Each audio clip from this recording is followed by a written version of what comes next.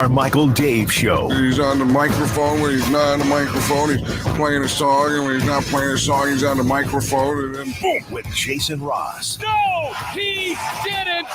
Yes, he.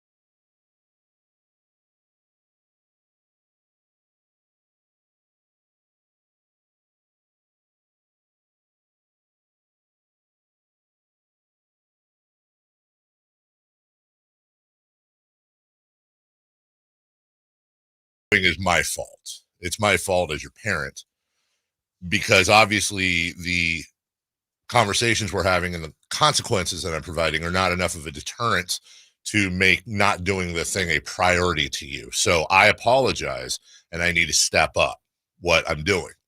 And I'm having that same feeling right now, where this is the second time in 3 days we, as a 50,000 watt radio station, the computers aren't working because something reset, and we don't have a mechanism or function. And it's nobody on the show's fault.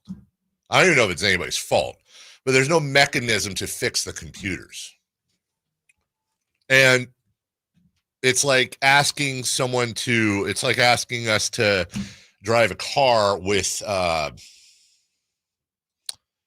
like when, you know, when it's foggy in the wintertime, and thank you, Chris. And you have to like rub a hole in the windshield so you can see through. And thank you. And I think we all tasted that. So we're trying to log into this computer right now. He's having more progress. So he is. This looks like it worked. Now what? Hey, hold on, real quick. So no one's going to break into the computer here. So did you do something different than what I? Well, obviously you did. I think we got the things mixed up. Oh, so it's we had the slash difference. Okay. Thank you. Something was wrong with the slash. All right. Fun. So your daughter. Speaking of who's hot, my daughter. You know how to context. That's so terrible. You know, that's starting to sound bad for you, Jason. Is it? Right? You know what? Sorry. They're eating your pets. I'm sorry. I know, but I have no idea what you're talking about. Gross.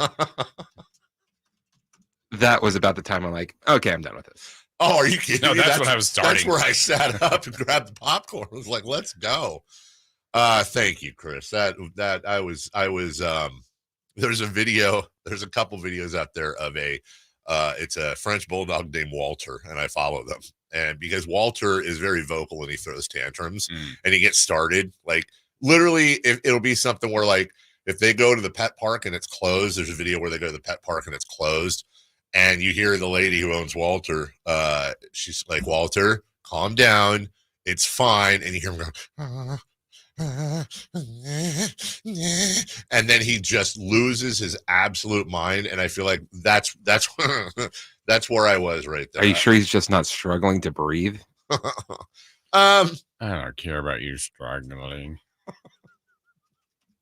Yeah, it's I was getting ready to have a I was getting ready to have a thing. I was really getting ready to. Well, good. We avoided the thing. We avoided the thing, and I appreciate you guys. Let's see here. Is this what I'm looking for? That's Walter the dog. He's mad. Hey, Walter. Because Walter. Okay. No. it's great radio. We're in a okay. Stop it. He doesn't want to listen. Interrupting He wants to go to the pet park. No, stop. He is just mad. That's me with the computers, and that's you. And that's you guys. I told you why we can't go to the park. No, I told you why we can't go to the park. It's closed today because they're spraying for bugs. Do you want to live with creepy crawlers all over? I guarantee you don't. You really need to think about how you talk to me. You're disrespectful without even knowing my reasons why. You talk over me. You are allowed to have a voice here in 2018, you know, but it's like you're crossing the line on being disrespectful each and every time. So that's all this lady's videos are. Just 2018. I know he's not. That was Walter. You got a lot coming forward for you. By the way, You're about to be pissed. The breaking news: Walter was eaten. Sorry. Wow. Anyways, Walter's got a sweet ride. That's a nice setup in the car. That's a nice setup. He's got a little, yeah. Look, we have a couple Frenchies, but we don't. There are some people that are like these, and they swear. Yeah. We don't have all the stuff. We don't really. The only time we dress the Frenchies up, I know, is because we got them Christmas outfits a while last year. Matching sweaters. Yes, and so with you guys, the sweaters match you. Why are you making me look like you? And so the whole family every morning. That's like my wife's tradition now. Is the whole family? You get to open up the screen. Some people open up a present on Christmas Eve. Yeah, this is just stuff. This is in the list of things I should never admit publicly. So the presents we always get to open up Christmas Eve are whatever we wear in the morning. So every year, everyone, Melissa goes out and she gets the whole family. And I don't know where she finds the ones that match the dogs, but she does. And then the whole family wakes up in the morning. We all put on and it's like pajamas. It's like tops and bottoms. And then the dogs have little pajamas that are the same. Last year they had no robes, but they did have last year. It had what are those like wool hats with the ear flaps? Mm-hmm. One of them's. And they both had those, and they had little rubber bands that go around them so they stay on. And it somehow had it had one of them poof balls that also kind of, not rubber bands, but it's all like an elastic thing that sticks on they don't have tails, so on their nubs. Mm-hmm. And then, and then we take a family photo. What are you putting on my nub?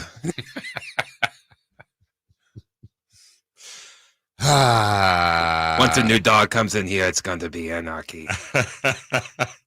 Good morning, everybody. What'd you do last night?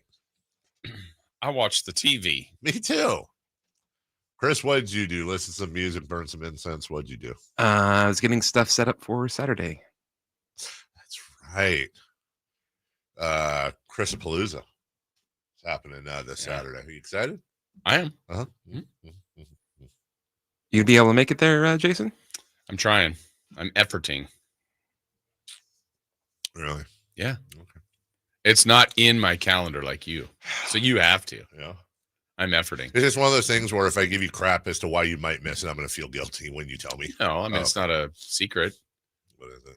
It's a secret. No, I just have, I should be good, but I have quite a bit of stuff to do for the first football game that's televised this weekend. No. Yeah. What time is it on? Oh, it's not so later, so that's why it works. So you would go from there to there? I could just do the first thing, yeah. Not the obstacle course.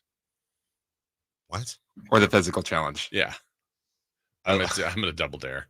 I love big birthday. And we talked about the second part where I'm going afterwards. Oh yeah, I'm not gonna go there. Yeah. Oh, you're not? No, you said you're not. Oh yeah, I'm not. I already forgot where that was. I won't say. Okay. We'll say during the break. But yeah, I'm good. Look, if I the first part when the time starts, I should be good. Okay. Yeah.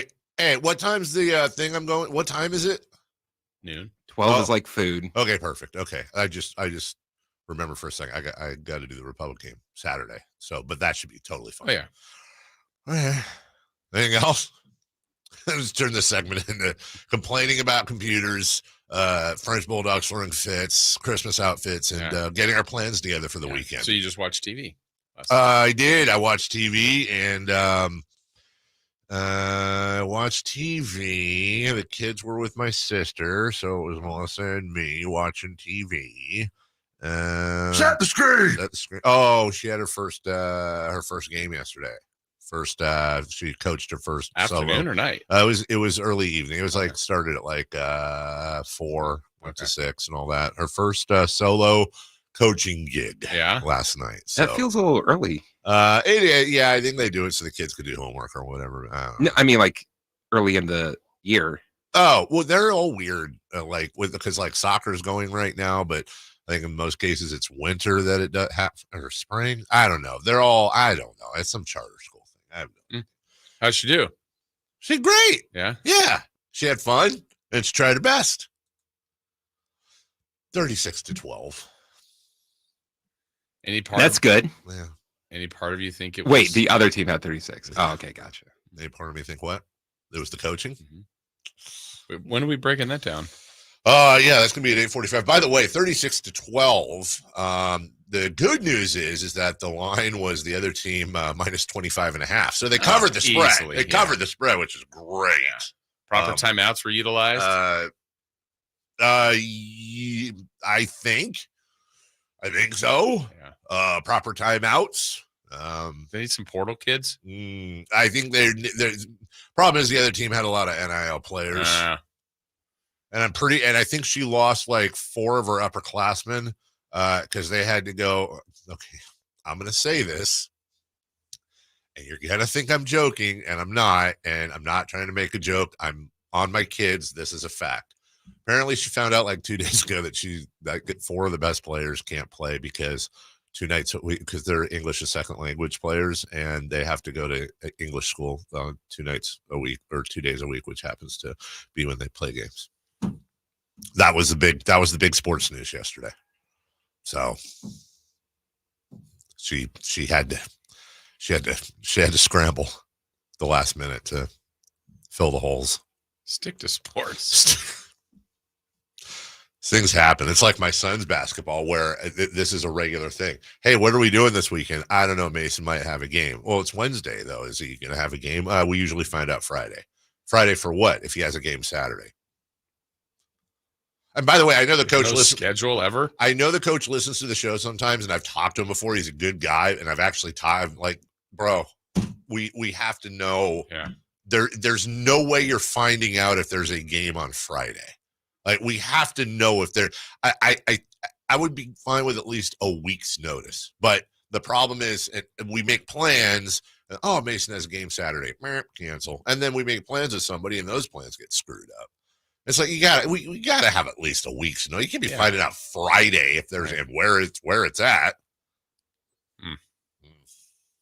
Highly suspect.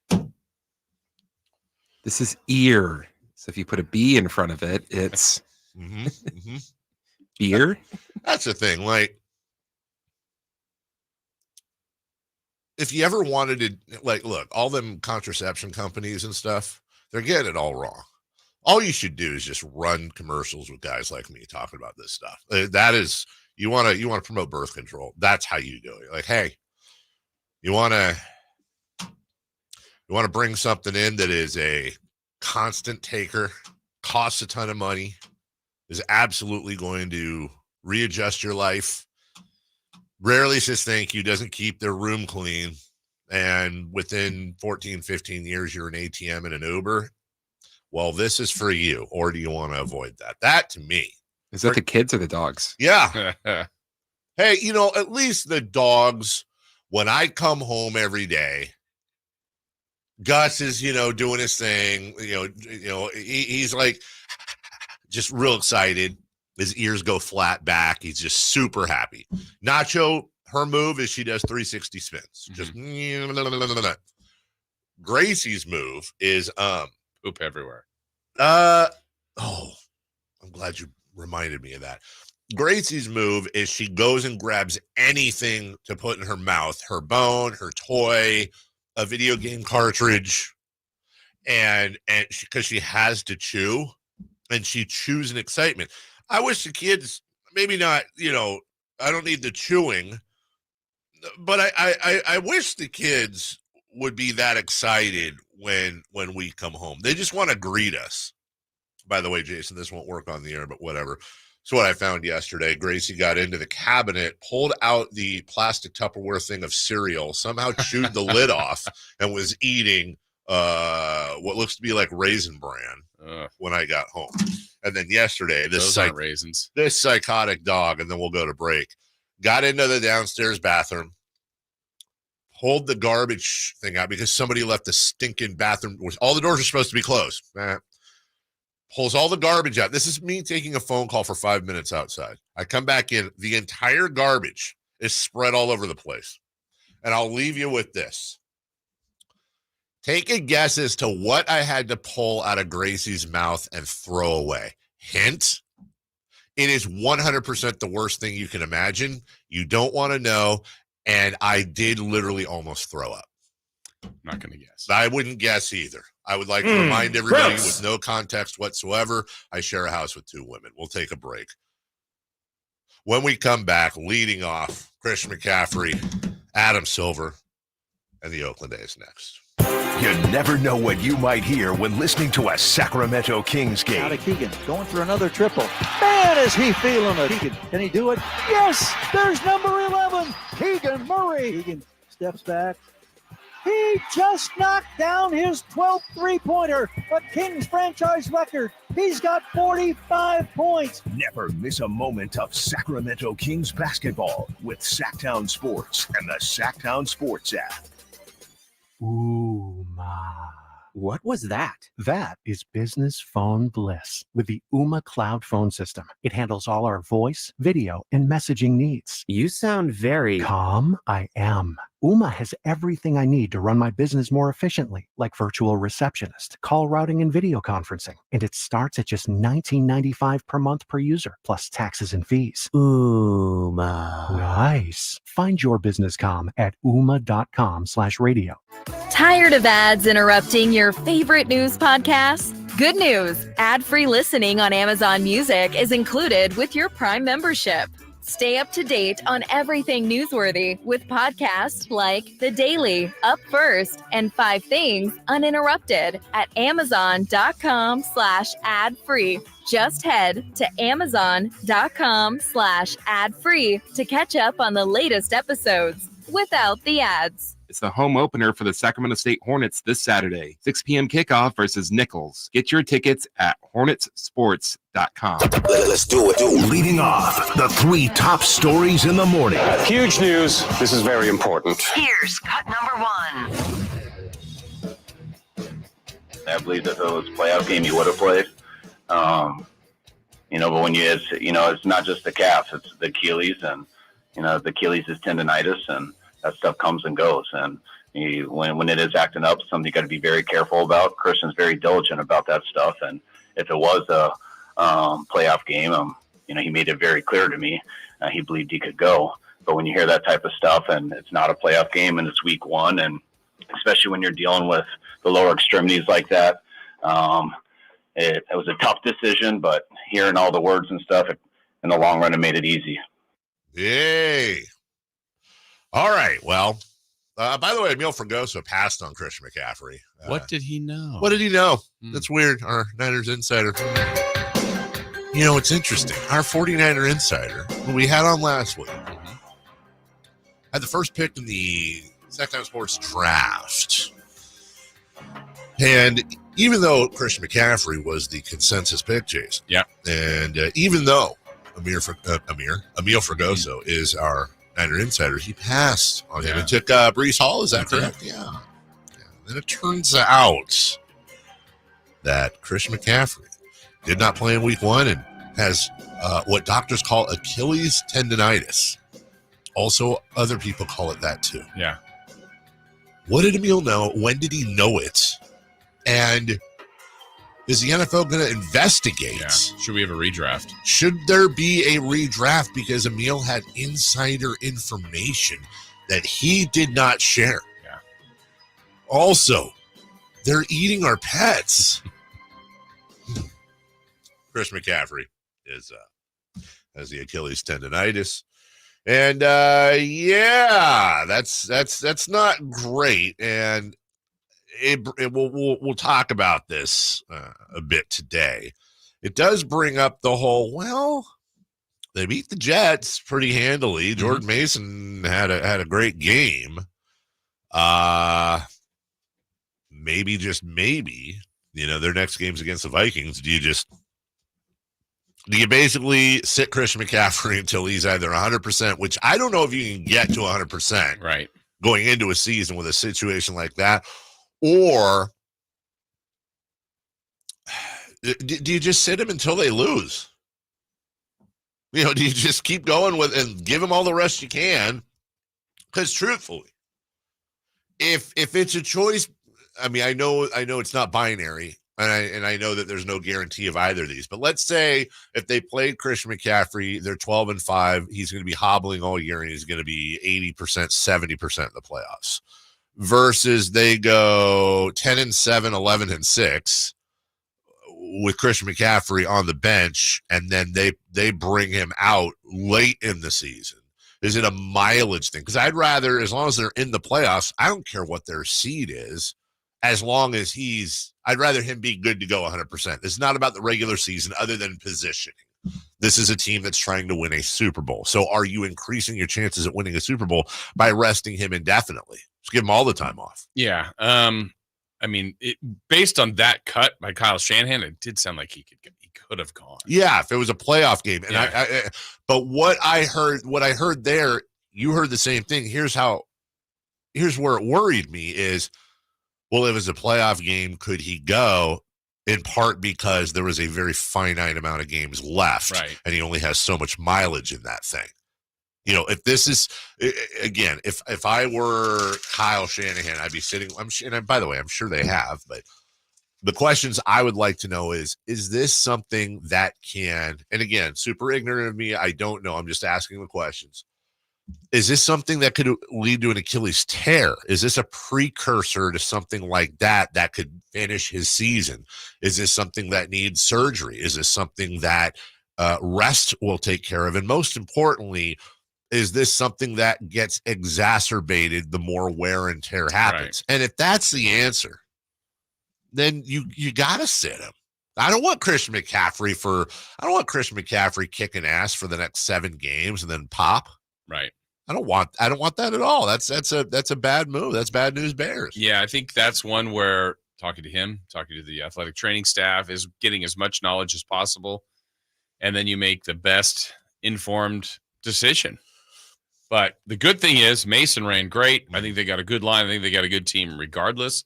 But he's just so important to what they do, and they're going to need him. So you got to make sure you do this right, whatever right is, and that's the tricky part. There's no clear cut. Hey, this is how you do it. This is how you do it. It's funny. All the people that you mentioned to talk to, the one whose opinion I would put dead last on that list would be Christian McCaffrey. Mm-hmm. I mean, other than, hey, what's your pain threshold? Right. Where does it hurt? But ultimately, he's going to want to get out there. Yeah. Number 2, please. Cut number 2. Chris, there was not a lot of discussion in this meeting about expansion, but only largely because, not for lack of interest, it was that we had said to them that we're not quite ready.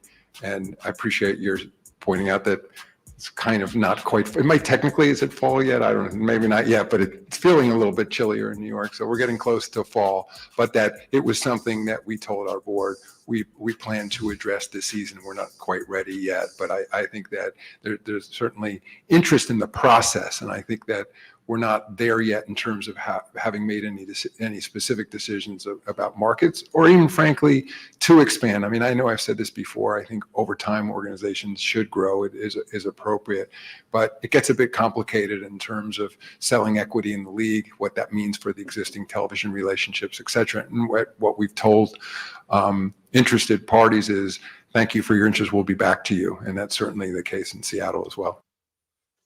So I want to help here by translating what Adam Silver just said. I think there's a lot of people, very rightfully so, going, you've known you're going to expand for a long time. You probably know exactly what the expansion fee is going to be. Sounds like it'll be right around $5 billion, give or take, a couple $100 million, just give or take. You know where you're going, almost certainly, Vegas and Seattle. What is taking why would you not just come out and be like, hey, we're expanding? Yeah, 2028 or whatever. The CBA is done. Understandable. You wanted to get that done. The TV deals are done. Understandable. You wanted to get that done. You said when the CBA and TV deals are done, you're going to expand, or you're going to talk about it. That it's attractive. So what Adam Silver's doing here, and we'll talk about this more at 7:43. Adam Silver is leveraging right now. What's going on behind the scenes, I can promise you, is that there are conversations. They've already identified the ownership groups in Seattle and Las Vegas. They're negotiating with those ownership groups right now on everything from the franchise fee to the arenas, what they're going to use, where they're going to use it. In the case of Seattle, they're probably having conversations, backroom conversations with the government, whomever right now, on whatever subsidies, whatever things they can pull out, whether they're going to play a Climate Pledge stadium, which I don't think they are, or arena, build a new one. Same thing in Vegas. Are they going to just use T-Mobile? I don't think so. That's the U.S. Build a new one. And I know some plans are technically in place, but what Adam Silver and his team are doing is they're negotiating the best deal for the owners. Right. And when they announce the locations, they've lost all their leverage. It's happening. We've announced it. Here you go.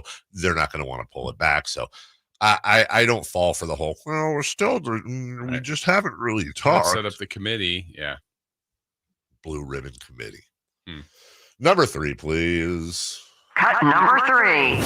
There's the pitch. That's a little dribbler toward Harris. He'll glove it. He'll throw to first, and the A's won this ball game. The A's have found a way to win the game 4-3. 1-3 on the putout. A's continue to win. They beat the Astros in extras. Hey, coming up at 7:30, we'll revisit the A's news from yesterday. I know we had to squeeze that in between Sean Salisbury and a couple of other things.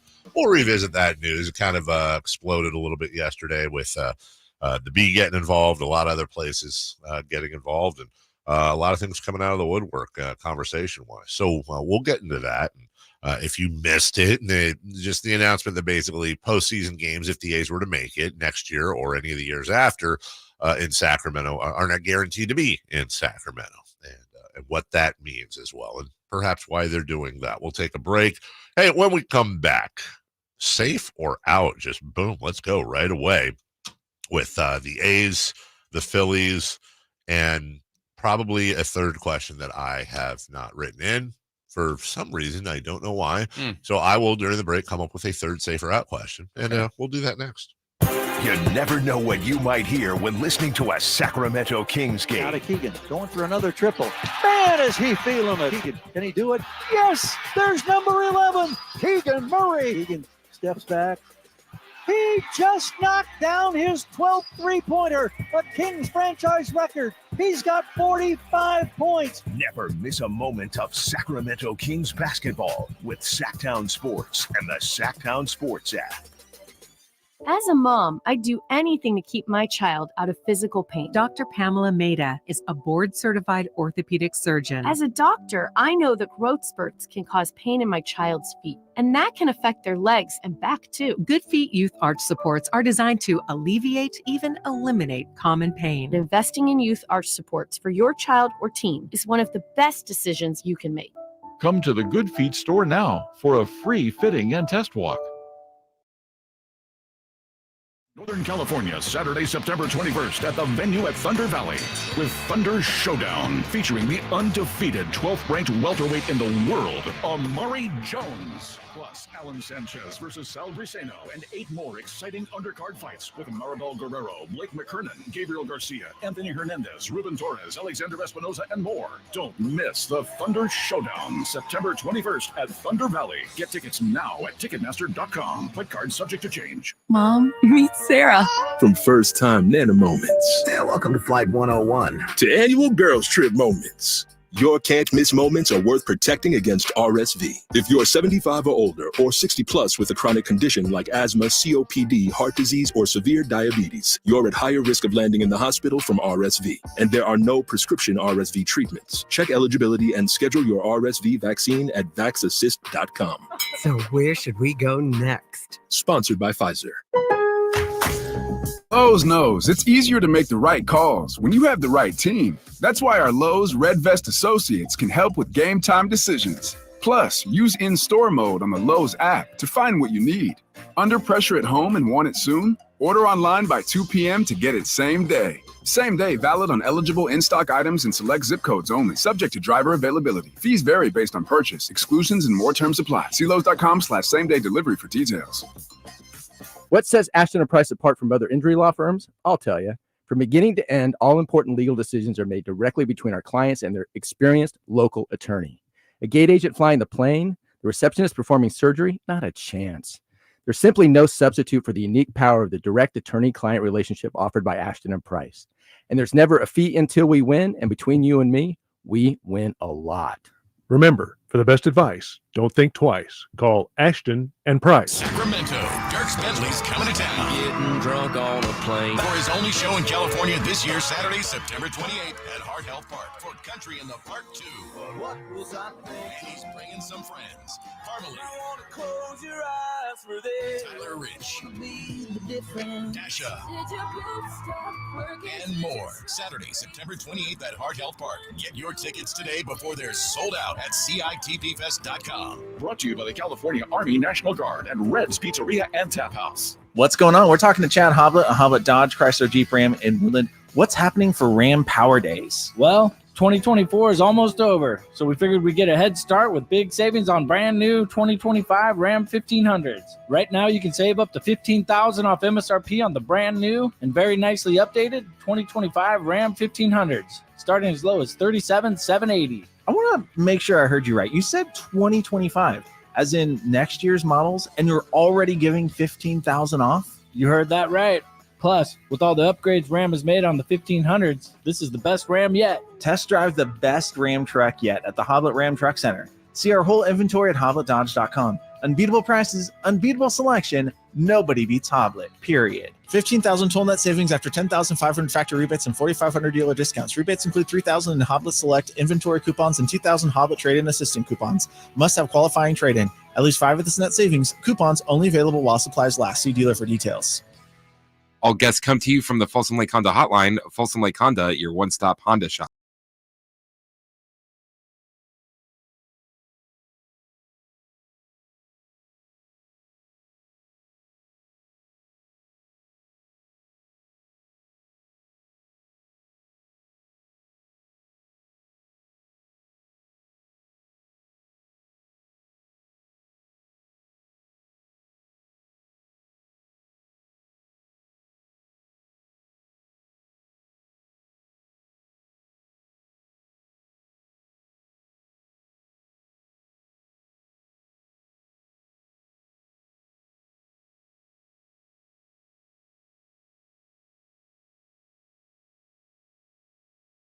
The Carmichael Dave Show with Jason Rpss. Call or text at 916-339-1140. On Sacktown Sports. All right.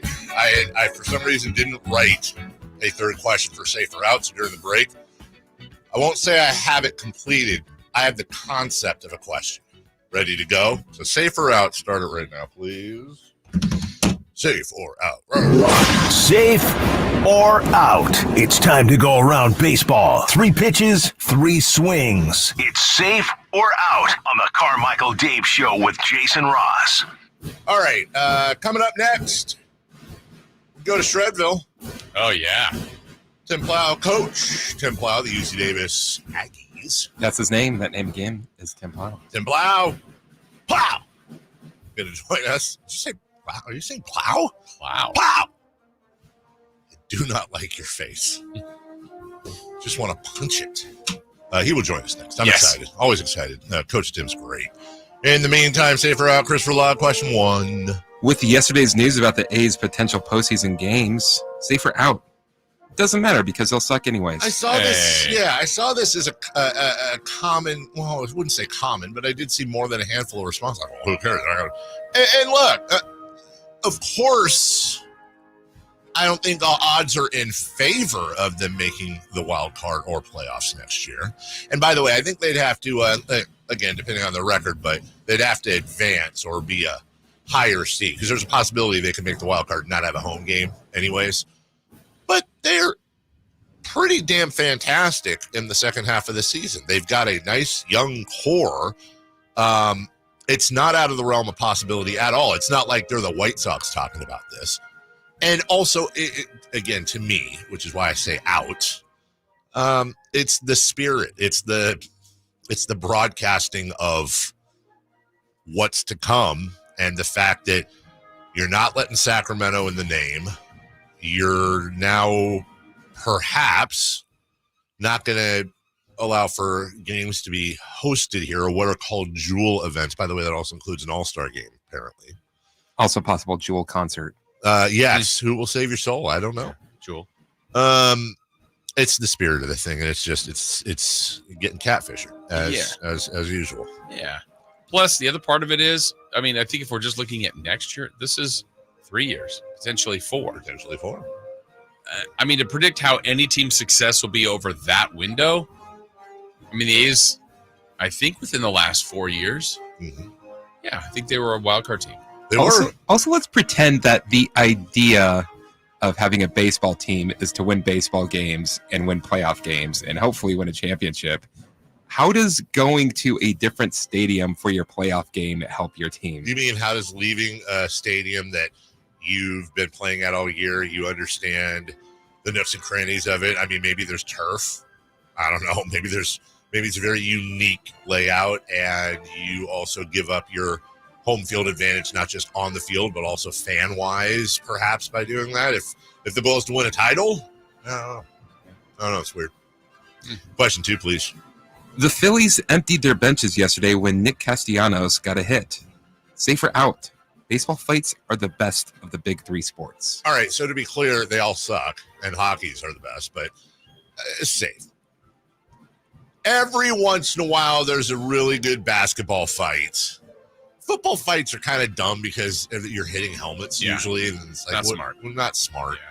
But I would say basketball fights are up there, but it's only like 1 out of every 10. Most of them is, guy pushes, waits for people to get in between him, and then, they get held back and go crazy. Baseball fights, though, even my favorite part always of baseball fights, I always watch the bullpens. Yeah. Because there's like... And they run in, and you're like, you are not even remotely involved. At all. Yeah. You're just kind of jogging in because you're going to get fined if you don't, the kangaroo court. That's how you can tell if it's a good one, if they're sprinting in. If they're sprinting in, it is all on. They should the bullpen should just meet instead of running towards the fight. Exactly. Let's just cut the distance of the run. I hate that bullpen. I hate their bullpen. Let's go.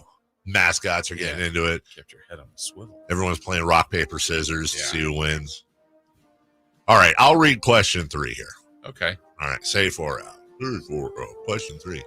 The San Francisco Chronicle reported yesterday that unlike previously thought, Giants GM Farhan Zaidi and manager Bob Melvin's contracts are not guaranteed through 25-26. They're just guaranteed through next season. Safe or out? This is a very clumsy and purposeful leak by the San Francisco Giants to the paper of record in San Francisco, prepping for a firing of one or both. By the way, that was the best question of the 3. I just got to tell you, and thought that during the break. So not to prop myself up there. How do you feel about Melvin's name being thrown in there? I don't like that. Bob Melvin has. So Zaidi's gone. There's a chance too. Right? There is. They have to pick their coach, right? The thing is Bob Melvin's a good manager.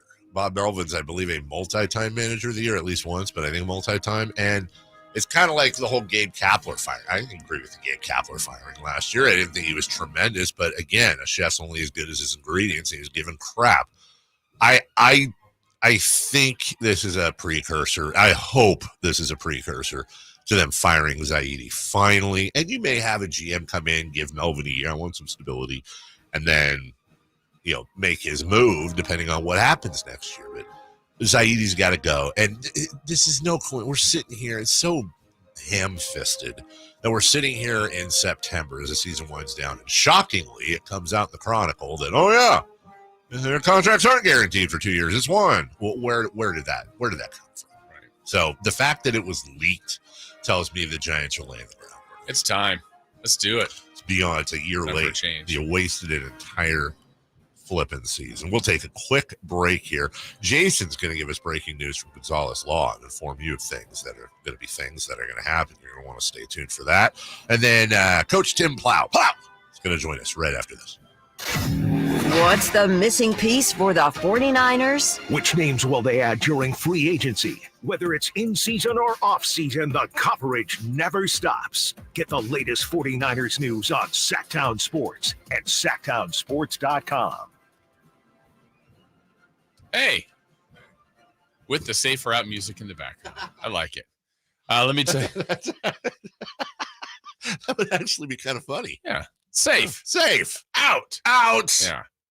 No, you want to be safe. You want to be protected. You want to be ready to go. That's right. When you're in an area of need. And that area of need might be if you've unfortunately been in an auto accident. Maybe you've had a wrongful termination. Maybe you have something from your record you'd like removed from the past, something that's been following you along for years, and you'd like that removed so you can get going in the path you'd like to go, like an expungement. Those are all things that are done and can be done by Gonzalez Law, the law team over there at sacklegaldefense.com. You'd like that done? I have a question. Yeah. Can Gonzalez Law help with this? When I said I think every one of the Kings should be traded, including De'Aaron Fox. You'd like that removed from your record? Is there? I'm wondering. Can I sit down with them and anyone who brings it up, I can sue them. He's got like the light from what was that? The Men in Black. Yeah, and then nobody knows. You never know. You never said it. You never know. Yeah. You're good. Okay, thank you. You're clear. Thank you. All you have to do is sacklegaldefense.com, or you can call him at 916-304-9187. Again, for anything you might need, be prepared. He's right here. He's local. He's one of us, and he wants to help you. Again, that's sacklegaldefense.com. The law offices of Jonathan Gonzalez, 916-304-9187. Experience a golf tournament as refined as you are. The Procore Championship at Silverado Resort, September 12th through the 15th. Be there as the best of Napa meets the best of the PGA Tour. With world-class wine experiences, breathtaking views, and incredible golf. It's like this weekend was made for you. The Procore Championship, September 12th through the 15th. For tickets, go to ProcoreChampionship.com. I've always believed that golf is more than just a game. It embodies integrity, commitment, and a sense of style. Hi, this is Frank LaRosa, and I'd like to tell you a bit about Naturewood Home Furnishings, a business that shares these same values. With the Procore Championship Professional Golf Tournament happening at the stunning Silverado Resort in Napa, I couldn't help but notice the parallels. Just like the game of golf, Naturewood has built its reputation on integrity, commitment, and timeless style. Looking to bring a unique style into your home? Naturewood offers custom certified designers who can help you craft the perfect look tailored just for you. And while you're enjoying the elegance of the tournament this week, along with Napa's world-class wine and food, be sure to visit Naturewood Home Furnishings. You'll discover pieces with the same sophistication and quality as the game itself. Who knows? You might even find an heirloom that will be passed down for generations. Naturewood Home Furnishings, off Highway 50 at Hazel. Just look for the water wheel. Model year-end pricing is back at Folsom Lake Honda, your one-stop Honda shop. During the model year-end event, lower interest rates at Folsom Lake Honda make lower payments. It's no wonder why Folsom Lake Honda is your one-stop Honda shop. Come in today or check out our entire inventory online at folsomlakehonda.com. Get an instant cash offer for your trade at folsomlakehonda.com. We'll buy your car whether you buy from us or not. Folsom Lake Honda is your one-stop Honda shop. Folsom Lake Honda. Go to folsomlakehonda.com. Your one-stop Honda shop. All guests come to you from the Folsom Lake Honda hotline. Folsom Lake Honda, your one-stop Honda shop. Waking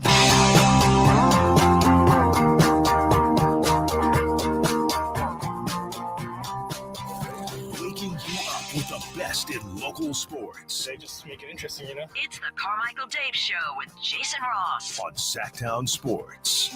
All right. As we are on the freeway of the show today, we're going down the interstate, Jason. We got, football and all kinds of stuff to talk about, but I see an exit. We're going to take it right now. The Shredville exit is upon us. Yeah. Which means it's time every week to talk UC Davis Aggies football with our friend, Coach Tim Plough. Coach, it's Dave and Jason, good morning. Boys, how we doing? I'm in Shredville, brother. I'm doing great. Hell yeah. Hey, congrats, Coach. First win. Mm-hmm. First win as a coach. What, Thanks, did it's you get the game ball? Good to get a win. I did get a game ball, yeah. I didn't know what to do with it. We won the game and didn't play great, so that's always kind of a unique feeling. But like I told them, I'd rather have a dirty win than a clean loss, Speaking of, were you at any point doused with Gatorade or some other beverage? And if not, does that say something about the locker room and their loyalty to the coach? Your thoughts? I think that they knew that I was not in the best moods. So I think they knew a Gatorade probably wasn't going to help. Would be my assumption. So I appreciate they read the room really well. Well, I guess as a coach, you always want the best performance, but knowing that you still got the victory, how do you think you won this game, particular, Coach, without the best performance by the Aggies?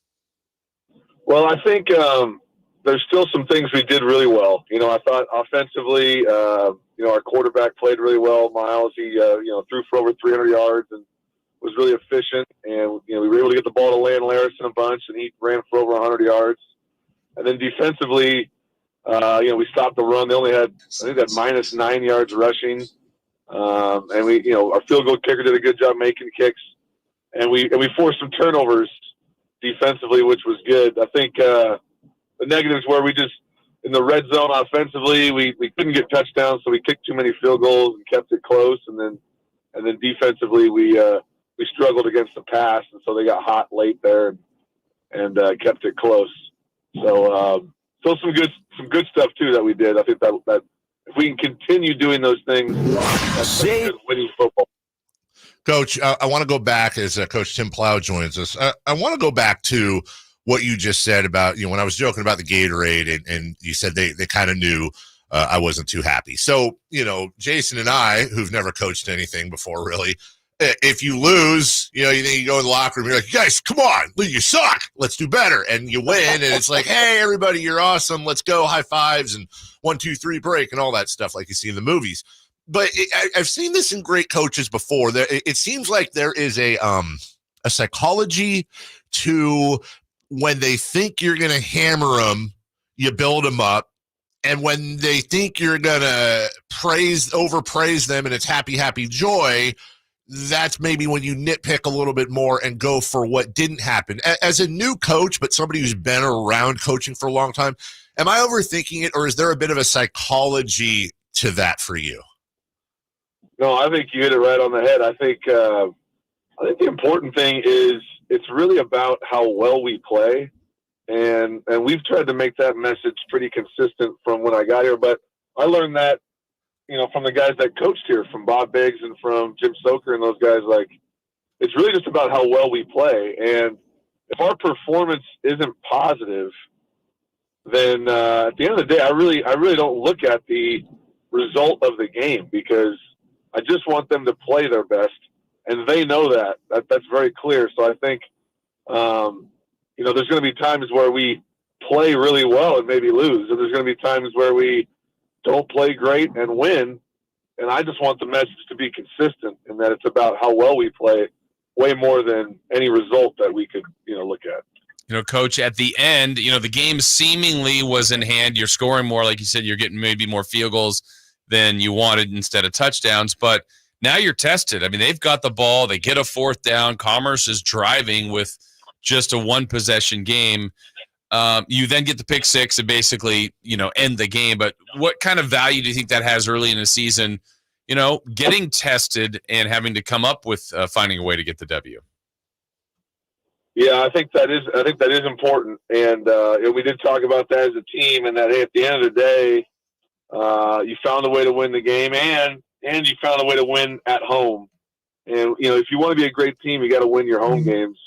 And so to be able to win a home game where you do get tested and you got to make a play late, and we do, I do think you can learn a lot from that, and you can gain some confidence. So definitely excited that they were able to dig deep and figure out a way to get that done. Because again, I think a good team is going to find a way to win when they don't play their best. And I think that's what we were able to show, last weekend. Coach Tim Plough, UC Davis Aggies, joining us on your home of the Aggies, Sacktown Sports.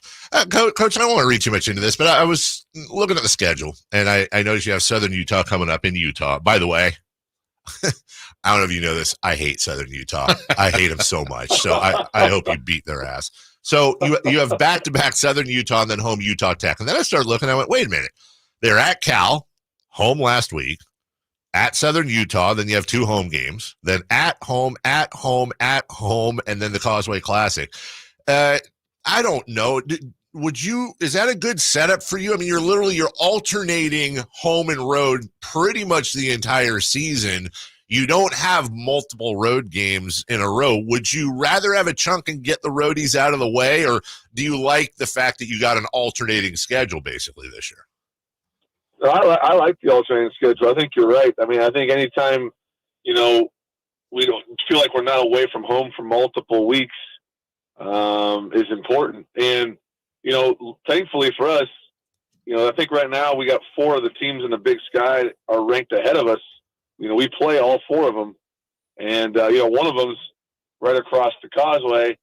And the other 3, I think 2 of those games we get to play at home. So, as daunting of a schedule as the Big Sky is, I love the fact that we don't have back-to-back games in some of these places, because some of these places are tough to get to. I mean, sounds like you're not a big Cedar City fan, but that's not an easy trip, boys. I mean, not exactly a destination well-traveled here. So some of these trips are pretty difficult. You don't want to do them back-to-back weeks if you can avoid it. Yeah. How about Southern Utah, Coach? They probably are, I wouldn't say looking forward to playing you guys because you guys are a ranked team, but they've had to play up twice, and they haven't played at the FCS level.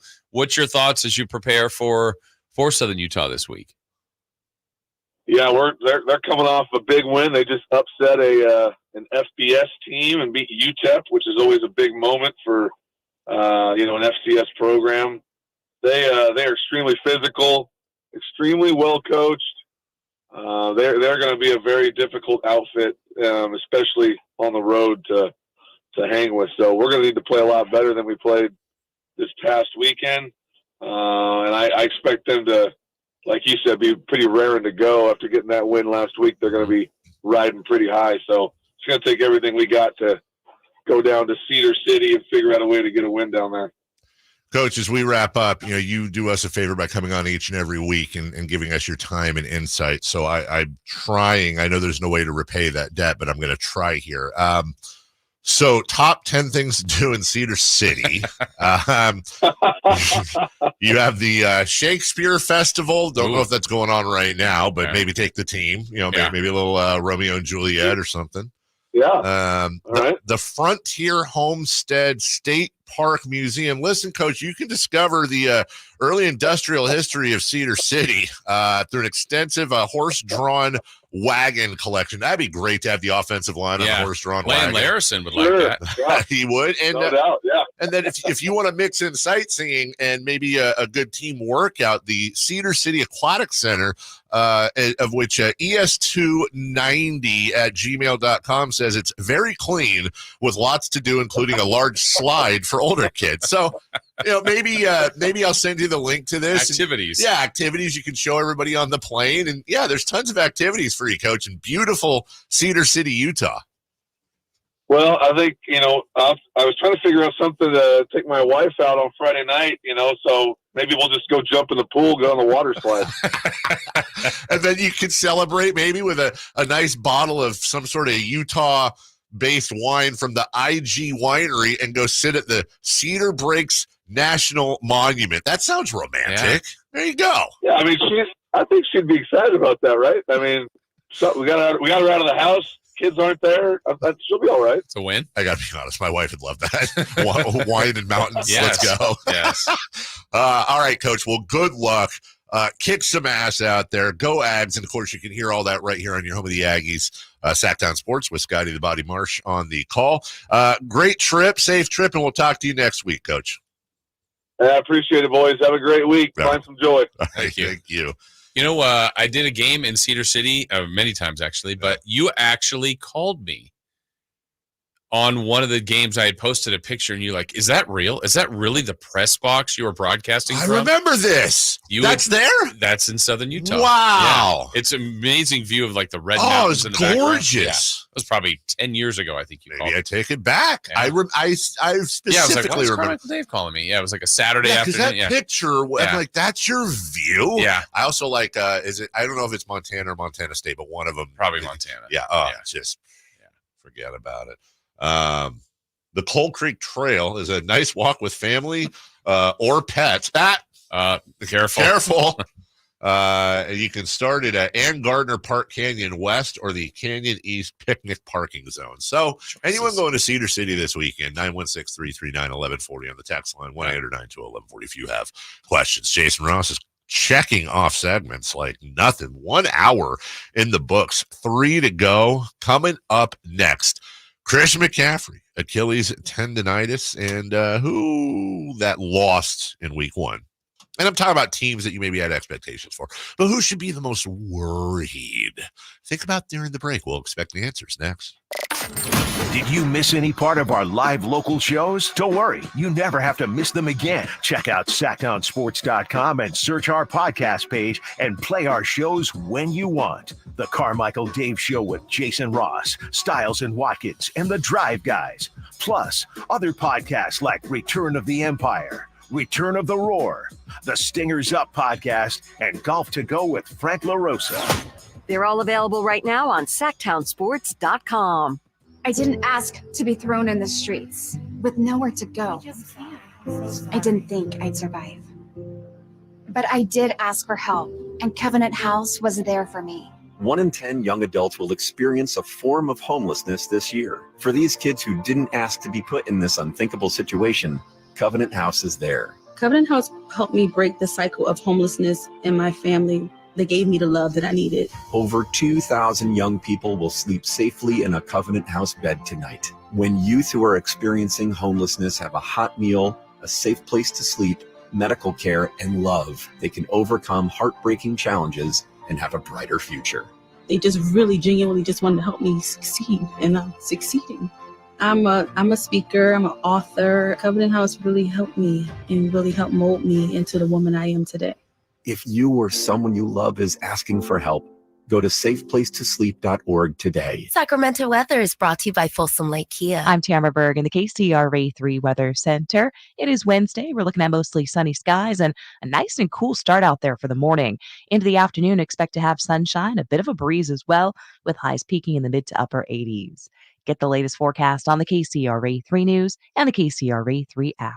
DC here, and if you've been thinking about a new car, you gotta see my friends at Folsom Lake Kia. You can always count on low payments and zero down deals with approved credit. Folsom Lake Kia, over 25 years, right here in Folsom.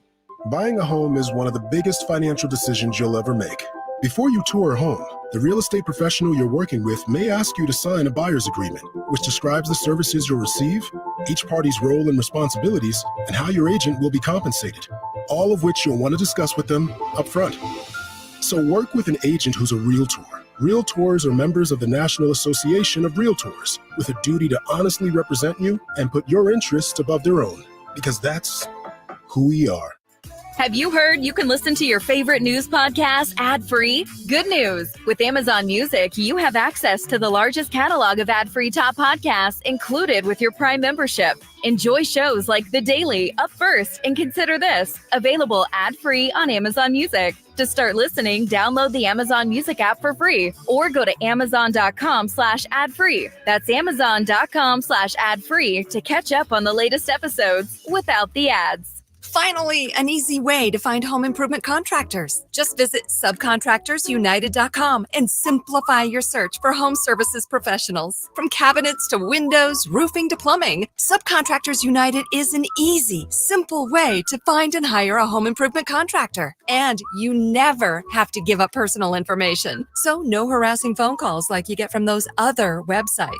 Subcontractorsunited.com is sponsored by D&D Cabinets and Savage Design. Sacramento, Dirk Bentley's coming to town. Getting drunk on a plane. For his only show in California this year, Saturday, September 28th at Heart Health Park for Country in the Park 2.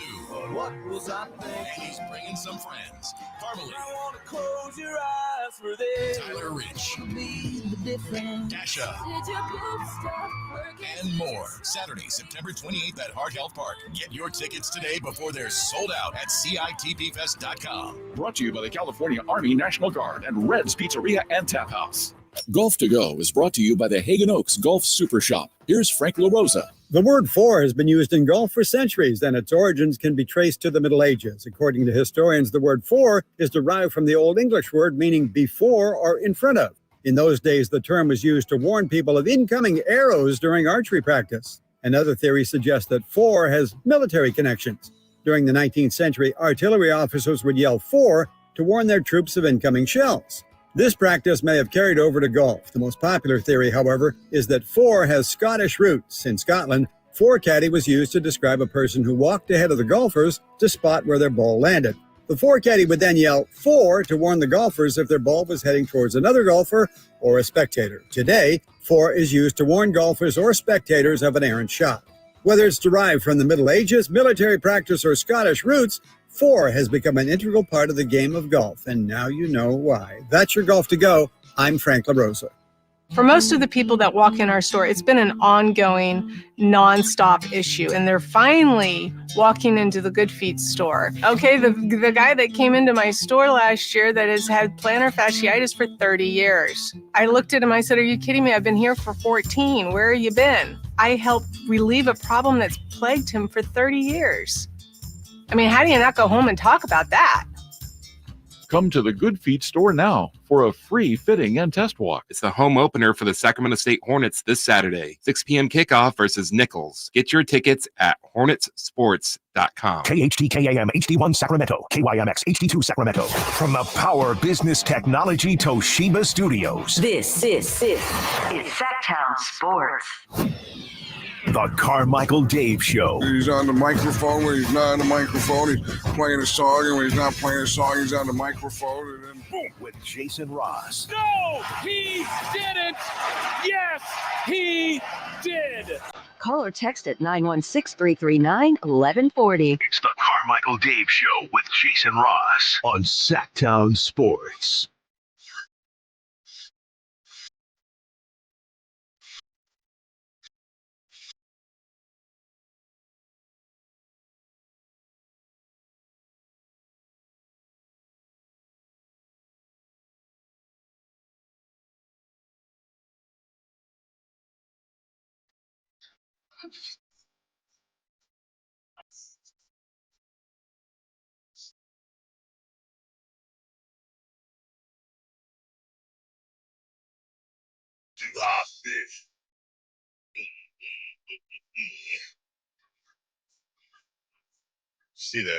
Ever see the clip of the concert where they were doing the song? I told you about this. And the lead singer, right when the beat hits, he fires a flaming arrow from the stage and it lands on this like far pylon over the crowd, and the pylon bursts into flames and then lights up this whole row of flames that go back to the stage. It's insane. I'm pretty sure he didn't fire an actual, Yeah. I'm sure there was some sort of trickery and hullabaloo going on. Sorcery. Yeah, some sort of sorcery. But still. Yeah. Still. Before we get to the Niners, I found this. This is unearthed really old, well, not really old, but one of my favorite pieces of audio from sports. This is 1996, and a young Eldrick Woods just had his press conference where he said, "Hello, world." And then he sat down with golfing great Curtis Strange, who was dabbling in broadcasting, who sat with him and asked him, stuff you'd ask of a rookie. And I want you to pay attention to Curtis and his reaction to one of Tiger's answers. What would be a successful week here in Milwaukee? Two things. I think if I play 4 solid rounds, we'll go off to a good start today. If I can do that for 3 more days, I'll be very happy. And a victory would be awfully nice too. He's smiling. Curtis Strange. A victory.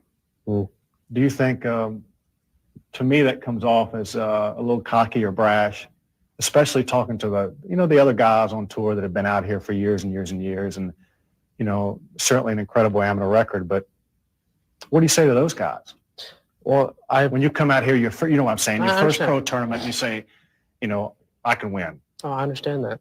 I've always figured that why go to a tournament if you're not going there to try and win? There's really no point in even going. That's the attitude I've had my entire life, and that's the attitude I will always have. As I would explain to my dad, second sucks, and third's even worse. That's just a feeling. But on tour, that's not too bad sometimes, though. That's not too bad, but I want to win. That's just my nature. You'll learn. Dang. Right? You'll learn, Curtis. I love that video. I love that video. This kid's 21, 22 years old, I think. And he didn't say anything disrespectful. Yeah. He wants to win. Right. He wants to win. The fact that it's Tiger Woods saying I that. felt like it was a confident way, not a cocky way. Absolutely. Yeah. I'm coming out. I'm not saying I'm going to win. Yeah. I'm saying I'm going to play every tournament, try to put 4 rounds together. I'm going to try to win. Oh, don't you think that's cocky? No, it's what I'm going to try to do. This first tournament, I'd like to finish 83rd. By the way, Tiger did hit a hole-in-one in that tournament. I think he finished 14th or something. I mean, it was a great showing. Yeah. Hole-in-one in his first tournament's pretty good too. And yeah, I wonder if anybody's ever. I would love to see a video where Curtis Strange has shown this video and say, Yeah. "You think I did differently now?" Yeah. Let's go to the phone lines 1-800-920-1140. Hey, Mike. Hey, Dave. Hey, Jason. How's it going today? Good. How are you? Oh, doing pretty good. Getting ready for the first home game of the season. Yeah.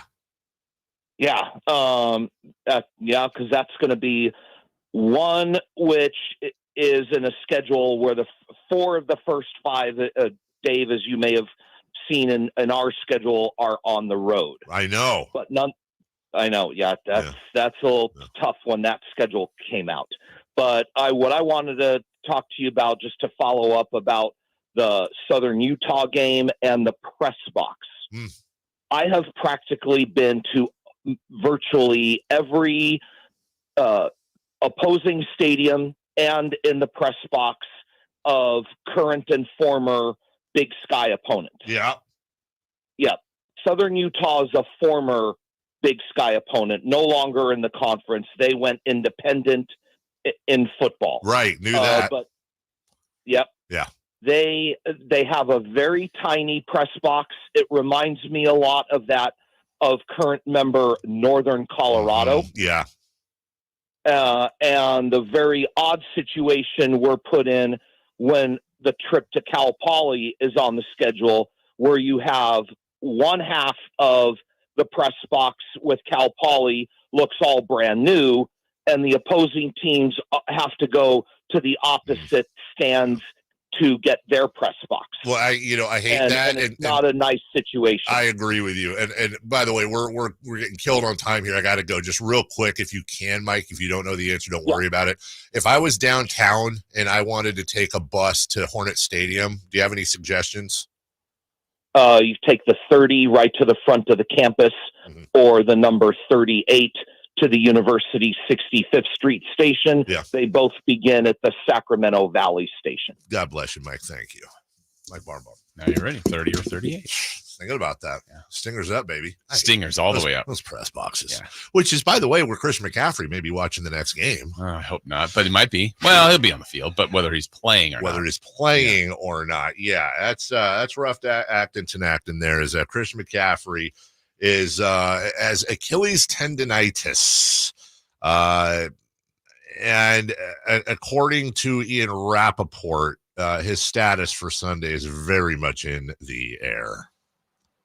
Yeah. If he was on the field is now the big question for Christian McCaffrey. And it feels to me, just taking stock of the situation, talking to people involved, that Christian McCaffrey is a long shot to play this week against the Minnesota Vikings. And go back a couple of days to Monday night. I think we all thought, in fact, the 49ers all thought that Christian McCaffrey was going to shake off some, little tightness that he felt late in the week of practice, be able to work out and be able to play Monday night against the Jets, as he told reporters, as everyone had planned. He worked out pregame. It was just not quite right. And there you go.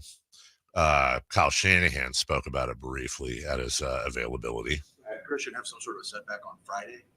No, he didn't have a setback. I mean, it was on and off throughout the week. He was able to practice throughout the week. Just it was always bothering him to a degree, and sometimes it goes away, sometimes it comes back, and today was bothering him a little too much to where we didn't feel good about it. Yeah. So, look, I don't want to be dramatic here because often, there's a lot that sometimes there's chess and politics being played. And truly, this is how it would work. And every good team does this.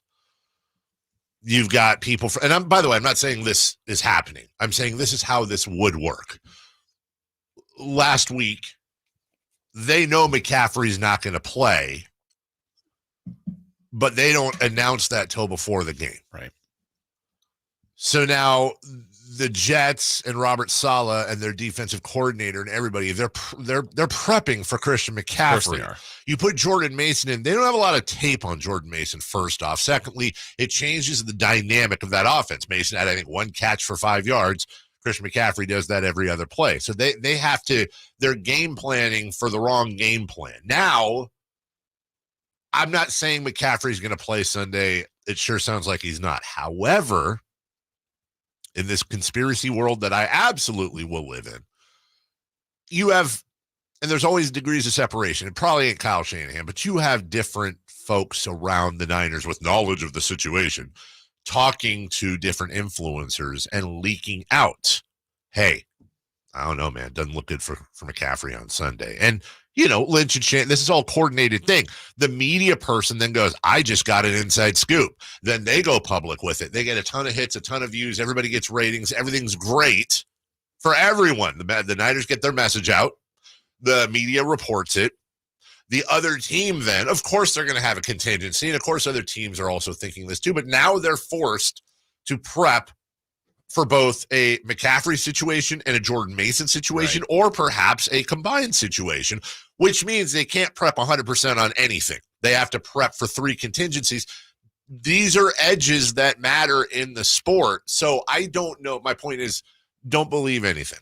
Just see what the hell happens. Yeah, but I've oftentimes in the past, I really didn't understand that. But the more you can cloud the situation for the opposing teams to think about every possible scenario, it just makes it more difficult in their prep. Adrian Peterson is not having a great time. AP was ordered by a court to turn over assets, if you will. This is from a debt. I'm getting a Popeyes ad instead of the story here. Hello. Not that I don't mind Popeyes, but this order was requested in July. It was granted yesterday. Said that he is, quote, known to have numerous assets at his home in Missouri City, Texas. These are from debts that are apparently more than $12 million. Began when he took out a loan for $5.2 million from a Pennsylvania lending company. The sum has grown because of interest and attorney's fees, and is now $8.3 million. That's a $3.1 million increase in just 5 years. And he's 39 years old. He last played in 2021. I hate stories like this for so many reasons. First off, I'm not a fan of Adrian Peterson as a human, so I don't feel bad for him. But like, bro, you're 39 years old and you had a long and distinguished career, and your career earnings were $103.2 million. I really want to know, when your career earnings are $103 million and you were playing when why are you taking a loan out? Why are you taking a loan out? Mismanaged money. It's so flipping sad. Before we go to break, Jason Rpss, I asked the question before the break, and I didn't want to spend too much time on it, but of all the teams that lost in week 1, what's the one that you think legitimately has a worry? Well, the one, just because of how they played and who they lost to, and then what's coming up this week. Yeah. But they can flip it, but they're not favored to, is Cincinnati. Mm-hmm. I know it was the worst loss of the weekend in my mind, and one loss doesn't do it, but they now go to Kansas City. And so if they win, great, right back on track, great win, and people will be talking about how impressive that was. But, decent chance they start 0-2, and you can get out of that hole, but that's a ways to go. I dallied between two teams. One of them was Cincinnati, and that's a great answer. I'm going to go with Cleveland, mainly because I think Cincinnati with, they'll probably figure it out. I think Joe Burrow doesn't suck that bad. Jamar Chase is going to get better the more he plays. I think they'll figure it out. Cleveland, however, and this is less about the Cowboys and more about Deshaun Watson. I don't know, man. That is a Super Bowl caliber defense. Nick Chubb's not coming back anytime soon. They got problems, man, for a team that really expected to make the playoffs this year and still does. We'll take a 1-minute break. When we come back, best and worst of week 1 and a Raiders question for you. All coming up in just 1 minute. Our first year as the radio home of the San Francisco 49ers is one we will never forget. And Logan Ryan picks him up. Looks like they're playing man. LaPorta's over there as well. It's 5 out. It's empty on 4th down. Goff back. Not going to get out to his right. Being chased. Throws, and it is incomplete. The 49ers take over on 4th down again. Congratulations to the 49ers on a terrific year. And thank you for so many wonderful memories. Hey there, you want to see some good college football? Well, you can. This weekend, it's the home opener for the Sacramento State Hornets. And this is quite a matchup. It's a battle between two playoff teams from last year. Nichols comes in from Louisiana. They're ranked. They are a playoff team from a year ago. Sacramento State, playoff team from a year ago. They, too, are ranked. It's going to be a fun night at Hornet Stadium. Kickoff at 6 o'clock. There'll be a post-game fireworks show as well. Hopefully a lot of fireworks on the field too. Should be a lot of fun. It's always a good time out at Hornet Stadium. So for you to get tickets, all you have to do is log on to hornetsports.com to be there, enjoy some good football, and support the community. And as always, Stingers up. Stingers up. A new Honda? Nice. Well, it was like this. It was a super hot day, so we all stopped for some ice cream. When bam, the AC went out. My dad started sweating and was all, man, I stink. And my brother was like, I hate this car. And my mom was all, I'm dying in here. Then I said, it's time to call Stockton Honda. Then Dad was like, honey, you're right. I knew you were my favorite. And just like that, Stockton Honda to the rescue. StocktonHonda.com. Get your tickets for the Marysville Stampede September 14th and 15th at MarysvilleStampede.com. 3 questions, 3 answers. It's 3 for Madness on the Carmichael Dave Show with Jason Rpss. Here's question 1. All right. I'm having a flashback. Didn't we do best and worst games of week 1? I think we did best game. But not worst game? I don't think so. All right, because I don't want to repeat that because I specifically remember saying I think it's the Rams and Lions. And I think you said something else. I said Chiefs and Ravens. All right, so we need a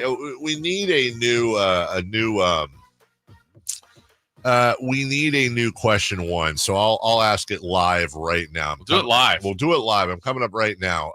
You'll write it, and we'll do it live. That's right. We'll do it live. The NFL averaged 21 million viewers per game And during there the goes league. my what's hot? It's fine. It's fine. Oh, hey, look, dude, I'm a pro.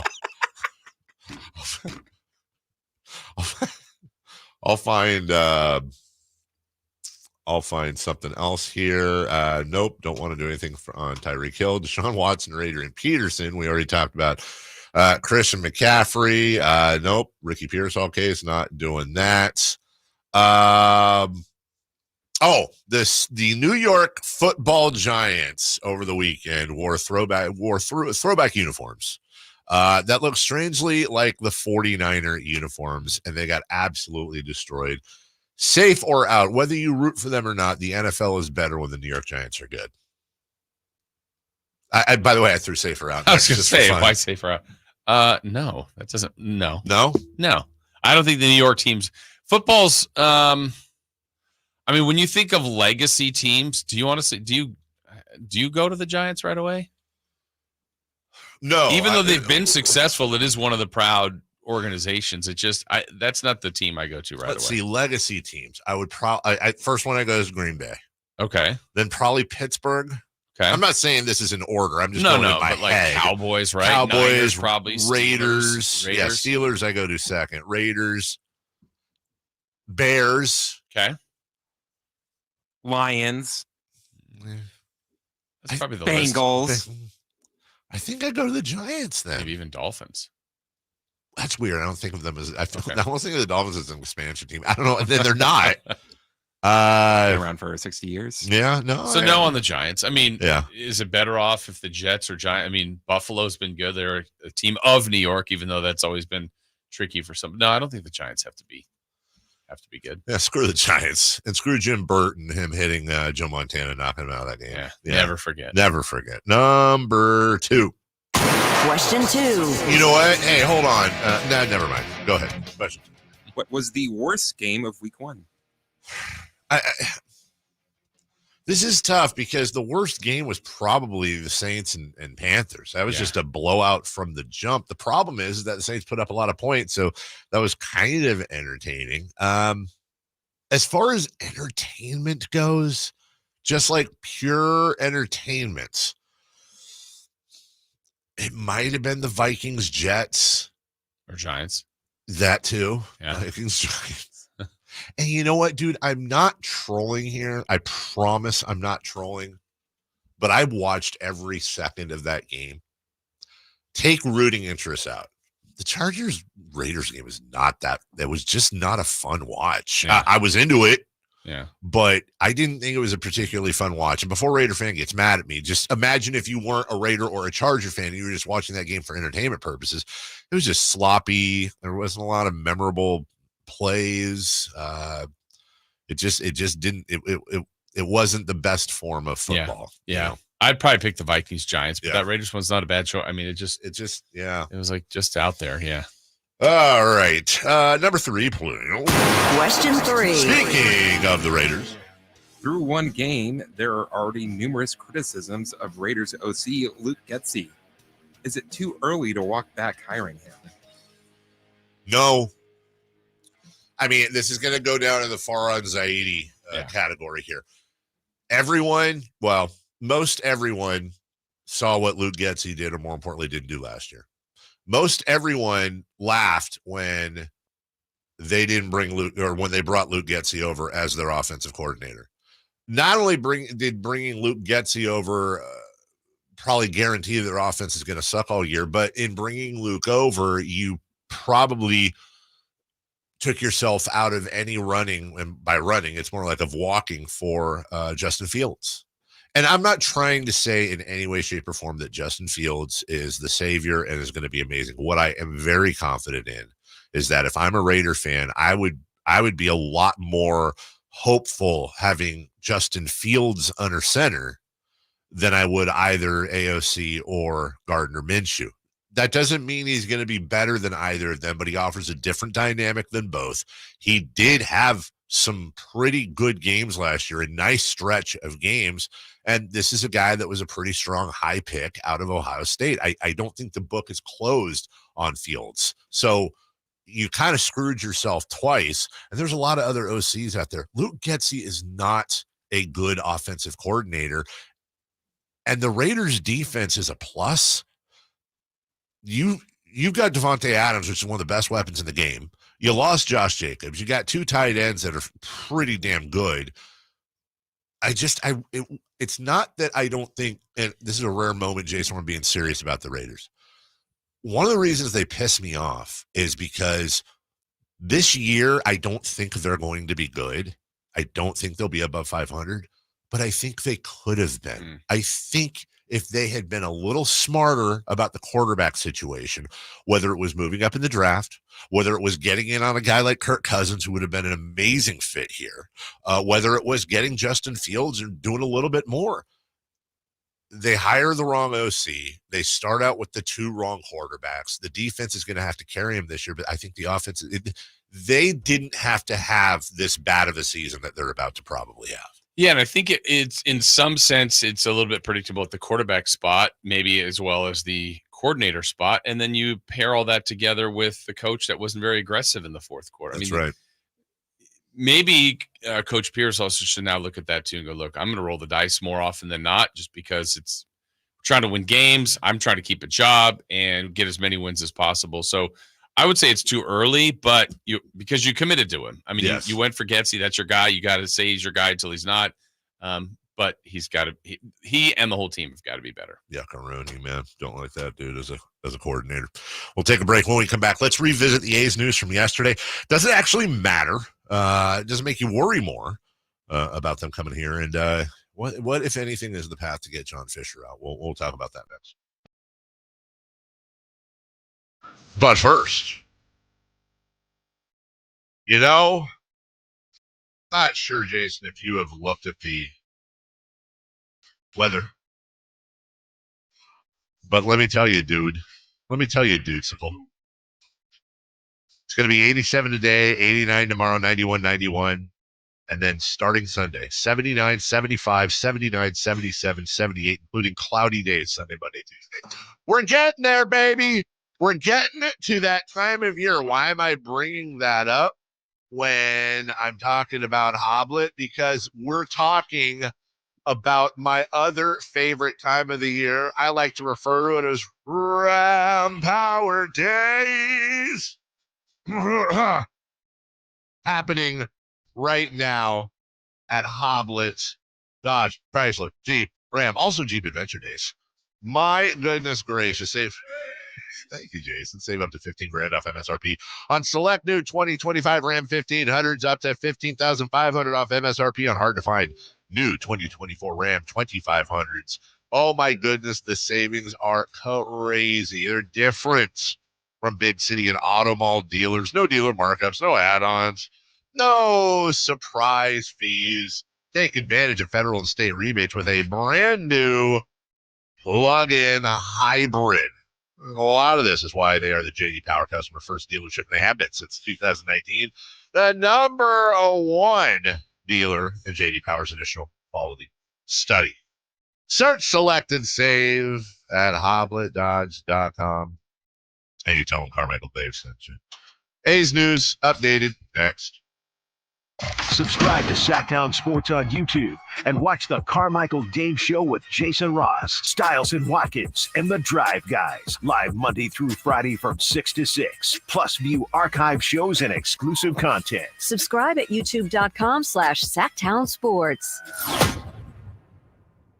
The 90th Annual Marysville Stampede is coming to Marysville's Cotton Rosso Arena this Saturday and Sunday. It's a whole weekend of the best Pro rodeo action for the whole family. Bareback, saddle bronc, and bull riding. Plus the BMX motorcycle show. It's just $25 for adults and $15 for kids 4 to 12. The 90th annual Marysville Stampede. Saturday at 5 p.m. and Sunday at 3:30 p.m. at the Cotton Ross Arena in Marysville. Get your tickets at MarysvilleStampede.com. Welcome to Staples. My son's teacher emailed his back-to-school list. He needs crayons and notebooks. With Staples Hot Deals, you'll find low prices on tons of school supplies. And all in stock. Oh, now they're saying he needs folders and glue. You got it. And markers? Of course. Oh, geez. Might I suggest 2 carts? Staples has everything for school in stock and priced low. Right now, 24-pack Crayola crayons and 2-pocket poly folders are only 50 cents each at Staples. Ends 9/14, in-store only, limit 10 while supplies last. Progressive presents Renters MVP's Most Valuable Possessions. Today's MVP, Joe Fallon's bedroom mini fridge. Sure, this pint-sized chiller's max capacity is 3 soda cans, but what it lacks in stature, it makes up in cooling strength. Each beverage a perfect 37 degrees every time. And the 2 feet Joe walks to get a drink, priceless. That's why his mini fridge is today's MVP. Keep your most valuable possessions protected by bundling your renters and auto insurance with Progressive. Progressive Casualty Insurance Company affiliates and other insurers not available in all states.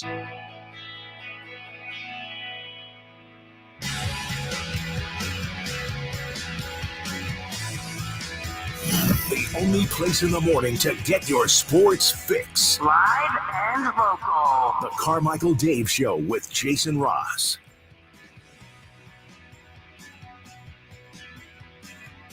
Well, you heard that commercial during the break. That means it's time. It is time. The Marysville Stampede returns Northern California this weekend. Hey, you got weekend plans? No? Well, we're making them for you. This is, I've been told by a lot of people, Jason, September's biggest party celebrating Western heritage. And Sacktown Sports wants to get you back in the road EO. All you got to do is hit up the Folsom Lake Honda hotline right now. We're looking for caller number 3. Caller number 3 is going to score our family 4-pack to check out the Marysville Stampede this Saturday and Sunday at Riverfront Park in beautiful downtown Marysville. For more information, visit Sacktown Sports. Sacktown. What else, the buckaroos? Yippee-ki-yahoo! Beeman on the chat says he's never met a dentist under 70. A dentist? Dennis. D-E-N-N-I-S. Is Dennis Eckersley under 70? He's got to be right. Dennis Quaid is probably not. Schroeder? Dennis Schroeder for sure. Dennis the Menace is like 100. Yeah. Is Dennis the Menace the king of Dennises? You know what's so weird is that there's a UK Dennis the Menace and a US Dennis the Menace that came out at about the same time that have like nothing to do with each other. What? Yeah. I wonder if there was a Dennis the Menace UK cartoon. Didn't there used to be a Dennis the Menace cartoon? Not a comic strip, actual like Saturday morning. I don't know. Maybe not. It was like a black and white TV show. Huh. Quaid is 70. Eckersley is 69, turning 70. Well, Dennis Eckersley under 70. Yeah. Schroeder definitely under 70. Yeah. All right. Just trying to help you out, baby. And V Hill 1 on the chat line. His dad is under 70 and his name is Dennis. Oh. So there you go. That's 3. Dennis Hill. Yeah. The A's will likely win over 70 games next year, at least if they finish or play next year like they're finishing this season. Now, we don't know if they're going to make the playoffs or not. And I think it's fair to say the odds are probably against it. You know, everybody's talking about how they're doing in the second half, but it's also very easy to, in the offseason, just sell everybody off. Waiting for that part. But yesterday's news broke that what baseball calls jewel events, that is not the Foolish Games jewel from Alaska, but marquee, such as playoffs, an all-star game, whatever. There's certain requirements of the stadium that may or may not be okay or fulfilled in Sacramento. Therefore, home playoff games are not guaranteed, according to the A's, to be played in Sacramento. They would be at a different venue, and season ticket holders who always get first dibs on playoff seats in any sport We'll also get first dibs on whatever seats are being sold, presumably on the road. Now, important things. Number one, they say it's not. This isn't a for sure thing. Mm-hmm. Leaving the door open, perhaps that. But here's my. But thing. every other place, it's a for sure thing, right? That they are playing their home games where they played their regular season games. I also got to be honest. That sounds like crap to me too. It sounds like leaving the door open, sounds better than it's not happening. Because here's my thing. What is going to change between now and next October with the stadium that would leave the door open? Right. And if so, be transparent about that. Like, that would be my question if we were having a press conference is, why isn't it there for sure will not be playoff games played at Sutter Health Park? What is the caveats between what are you weighing on? Yeah, what is the decision here? Is it, well, we're just going to decide? Is it it depends on if we can find another venue that's better? Is it well, if we add on this and that, we bring in a satellite dish or expand to this thing or that thing? Like, what? Why are you not saying for sure? What is up in the air? And to me, that sounds like BS. Meaning, no, there aren't going to be playoff games played here. I don't want to put words in their mouth. I want to be fair here, but again, it's a little hinky. It's a little Sam Hinky to me. Okay. This also comes a couple months after the A's told Vegas that they were going to have a certain set of games set outside of the Vegas stadium. That's right. Was it 11 a year, 9 a year, something like or that? Or the ability to do that. Yes. Yeah. So, kind of very vague and open. To where in Vegas, they're saying like, whoa, this whole plan depends on you being here for this certain amount of games. There's a lot here to unpack constantly with Oakland, with Sacramento, with the move, and all the things that are at like ground level that we're talking about. I don't think we necessarily, well, maybe we do talk enough about it, but I just simply don't want John Fisher anywhere near this city. I'd love to have Major League sports here, like baseball. I'd love to have baseball here. I ride or die for this city, man. I'm all for this. Is such a lame subject because I've dreamed about this for a long time. I love the idea of a major league team being here, but it's just so dirty. And I'm not even getting into the whole, like you and I have talked about relocation. Right. It's just John Fisher, and the hijinks are already starting. They're going to continue. It's going to frustrate fans. This Sacramento City, this fan base is a special fan base. Yeah. I've said from the beginning on this where I feel like I try my best, and maybe it just naturally happens. I kind of separate that, and maybe I shouldn't. Some can't. Like, sure. If I were to pay to go to an A's game next year, I don't consciously think I am supporting John Fisher. Sure. Can you make the argument? 100% you can. Yeah. But in my mind, I'm going with Dave and Chris, and we're going to watch the baseball game. They're playing the Reds. Woohoo! Right. Going to a baseball game.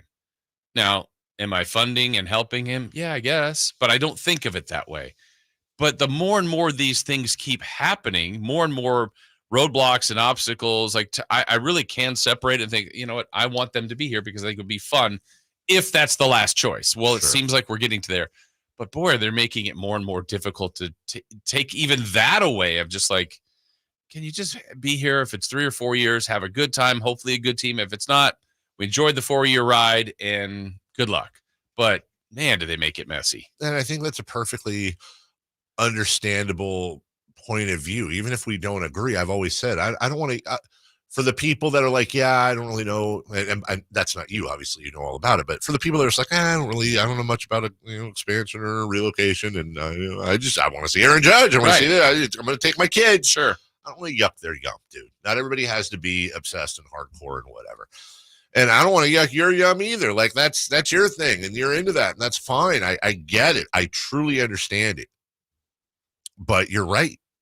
From prices to the turf, to the two teams, to potential playoff, to is it 3 years? Is it 4 years? Is it even happening? Is it in the stadium, like you said? And then again, I still say at some point along this ride, I'm assuming, this is what the A's want or Right. Fisher want, like Vegas will get confirmed. Yes. Or it won't. Or not. But if it does, and you're, hey, we're locked in on 2028.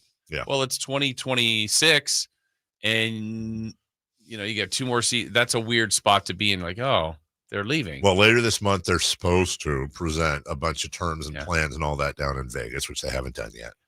I think part of what my problem is here, too, and full transparency, we are radio partners with the Sacramento Kings. And normally stuff like this is off limits, but I mean this with love. I'm worried about Vivek because I think Vivek is, and not that he's naive or stupid, he's not. I think he's hitched to the wrong wagon here. I do worry about that. I've already seen a lot of the PR hits he's been taking, a lot of the abuse thrown his way, and I'm not a fan of that. But I get it. I get it from I put everything in a Seattle Sacramento point of view, and I totally understand that. I understand where it's coming from. And he's partnering with a snake. And Vivek's not a snake. And he's going to be collateral damage. Like if I was on Vivek's PR team, I would have scabs on my knees from dropping to the floor and begging him. Yeah. Please don't do this. I get your motivation. Yeah. You want to bring Major League Sports to the city. You want to help. Sure. I get it. Yeah. The intentions may be good. Right. But the execution is horrible. And the best chance, I think we all agree, is not. And he's mentioned expansion. We just don't think that part's happening. It's not. It's really Fisher to fail. Right. Which is possible. Yes. But that feels weird too. And the idea again of it's like every potential, it could be expansion. They're not going to expand to Sacramento. They're not. Here's the thing. I'll say this right now. Record it. If Major League Baseball expands to Sacramento, I'll quit my job. I will quit. I will retire from this business. I will quit. That is this. I'm not just trying to have a hot take. It will not happen. And by the way, let me caveat that. Let's say within the next 10 years. I can't, but I won't be here anyways. That is not an option. Number one.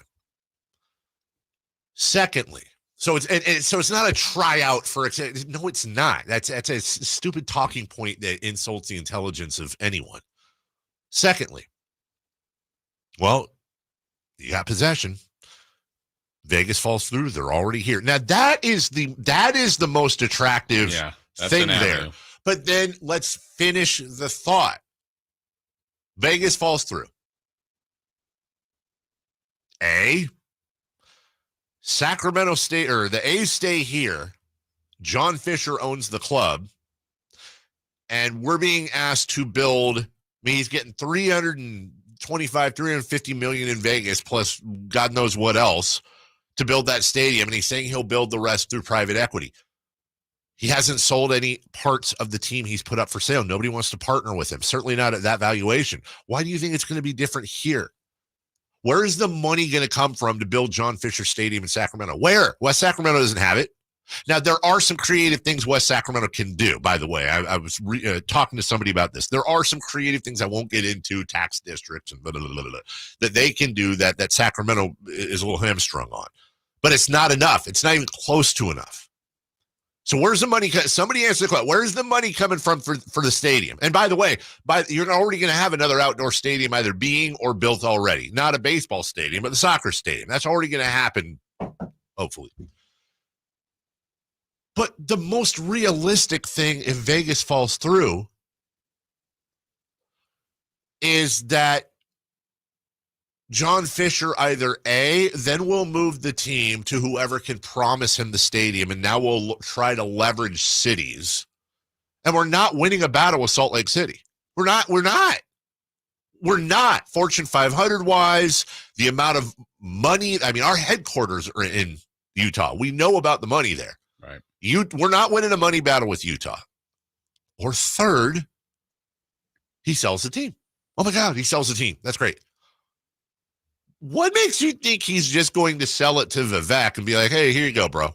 Which is more likely? John Fisher turns to Vivek and says, hey, Vivek, really appreciate you giving us a port in a storm here. Let's make a deal on a closed market, you and me. That, or the A's are for sale. We are welcoming all bids from everywhere. And you basically get to buy yourself and not an expansion team, but a relocation team. Salt Lake City, you want it, put up the best bid. Oakland, you want him back, find an owner. And we already have one owner on record, Joe Lacob. Right. And again, I say this respectfully with no disrespect to Vivek whatsoever. Vivek's not winning a bidding war with Joe Lacob. Full stop. Full stop. He's not winning a bidding war with Joe Lacob. And I don't know who else is on the horizon.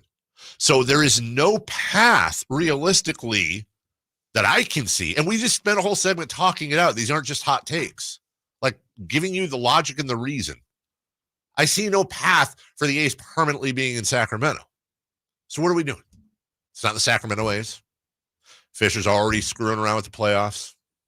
The AstroTurf, this, that, whatever. The thing I am scared of the most is that Fisher comes here and Fishers. The fans eventually, because they will here, Sacramento fans are not stupid. They will warm to that. A lot of people are going to be losing a lot of money on their tickets. Then Sacramento gets this reputation they can't support two major league teams because, hey, look at the stadium. Look at the lack of attendance, which is what we heard during the end of the Seattle-Sacramento saga when the Kings were routinely bottom four in attendance. They don't love their team. They don't support their team. That's right. I don't. That's my nightmare that I see coming. So anyways, more on this, I'm sure, in the future. We'll take a break. Speaking of the NBA, Adam Silver has talked expansion. We'll talk a little bit about that. DeMar DeRozan had some audio on why he came to the Kings on the Paul George podcast, and someone coming into camp for the Kings, getting a little proud, a familiar name. We already know Isaiah Thomas is one. You know this guy too. We'll talk about it next. The Sacramento Kings play here. He's got the triple. Sacramento takes the lead. Get your Kings fix all season long right here on your home of the Sacramento Kings, Sacktown Sports and SacktownSports.com. Insurance companies perform a very valuable service, but they want to keep their money. Although most cases settle before trial, it is paramount that the insurance companies know that if pressed, your legal team has the experience to take your case all the way. For 25 years, Ashton & Price has earned the reputation that if the insurance company isn't fair, we're ready to force them to be fair. My mom used to warn me, wait till dad gets home. Think of us as dad. The best part, there's no fee until we win. Remember, for the best advice, don't think twice. Call Ashton and Price. I would end the day with sore feet, sore legs. The drugstore inserts that I was purchasing were really not very useful at all. I walked into the Good Feet store and the guy kind of grinned at me and said, I hear that a lot. I was living with chronic pain before going to the Good Feet store. Now I don't really have that problem. I'm able to do the things that I expect to be able to do, even at my advanced age. I feel pretty good about what's going on. Come to the Good Feet store now for a free fitting and test walk. When it comes to fighting for families and protecting kids, no one works harder than our Assemblyman, Josh Hoover. A member of the Bipartisan Problem Solvers Caucus, Hoover has worked across party lines and proposed tougher penalties for fentanyl crimes, stricter sentences for drug trafficking near schools, and RILA's law to make sure anyone who abuses a child is held accountable. A former school board member, Josh has fought to support school police officers, prohibit homeless encampments near schools, and increase funding for school facilities. Josh Hoover knows that families have been paying more for everything from gas and groceries to utilities and insurance. In the Assembly, Josh is working to provide relief to families, reduce the cost of housing, and stop Gavin Newsom from raising gas prices even more next year. Josh Hoover is making a difference for our families, our community, and our future. Our voice, our Assemblyman, Josh Hoover. Paid for by Hoover for Assembly 2024. Premier Pools and Spas was founded in Sacramento and has been an institution in the area since 1988. It was the place we called when we were looking to add a pool, and you should too. Their commitment to the job showed with their pride, their effort, and the integrity that started with the initial consultation all the way through the completion of the project. And as a satisfied Premier Pools and Spas customer, I'm encouraging you to enjoy the benefits of their endless summer sale going on now through September 21st. Take advantage of the last sale of the season and enjoy thousands in savings for a new pool and pool remodeling projects. So if you're looking to build your dream pool or breathe new life into your existing one, check out Premier Pools and Spas' endless summer sale and find out why they're the region's leading pool builder and have proudly been serving Sacramento since 1988. That's Premier Pools and Spas. Contract number 589234. I've always believed that golf is more than just a game. It embodies integrity, commitment, and a sense of style. Hi, this is Frank LaRosa, and I'd like to tell you a bit about Naturewood Home Furnishings, a business that shares these same values.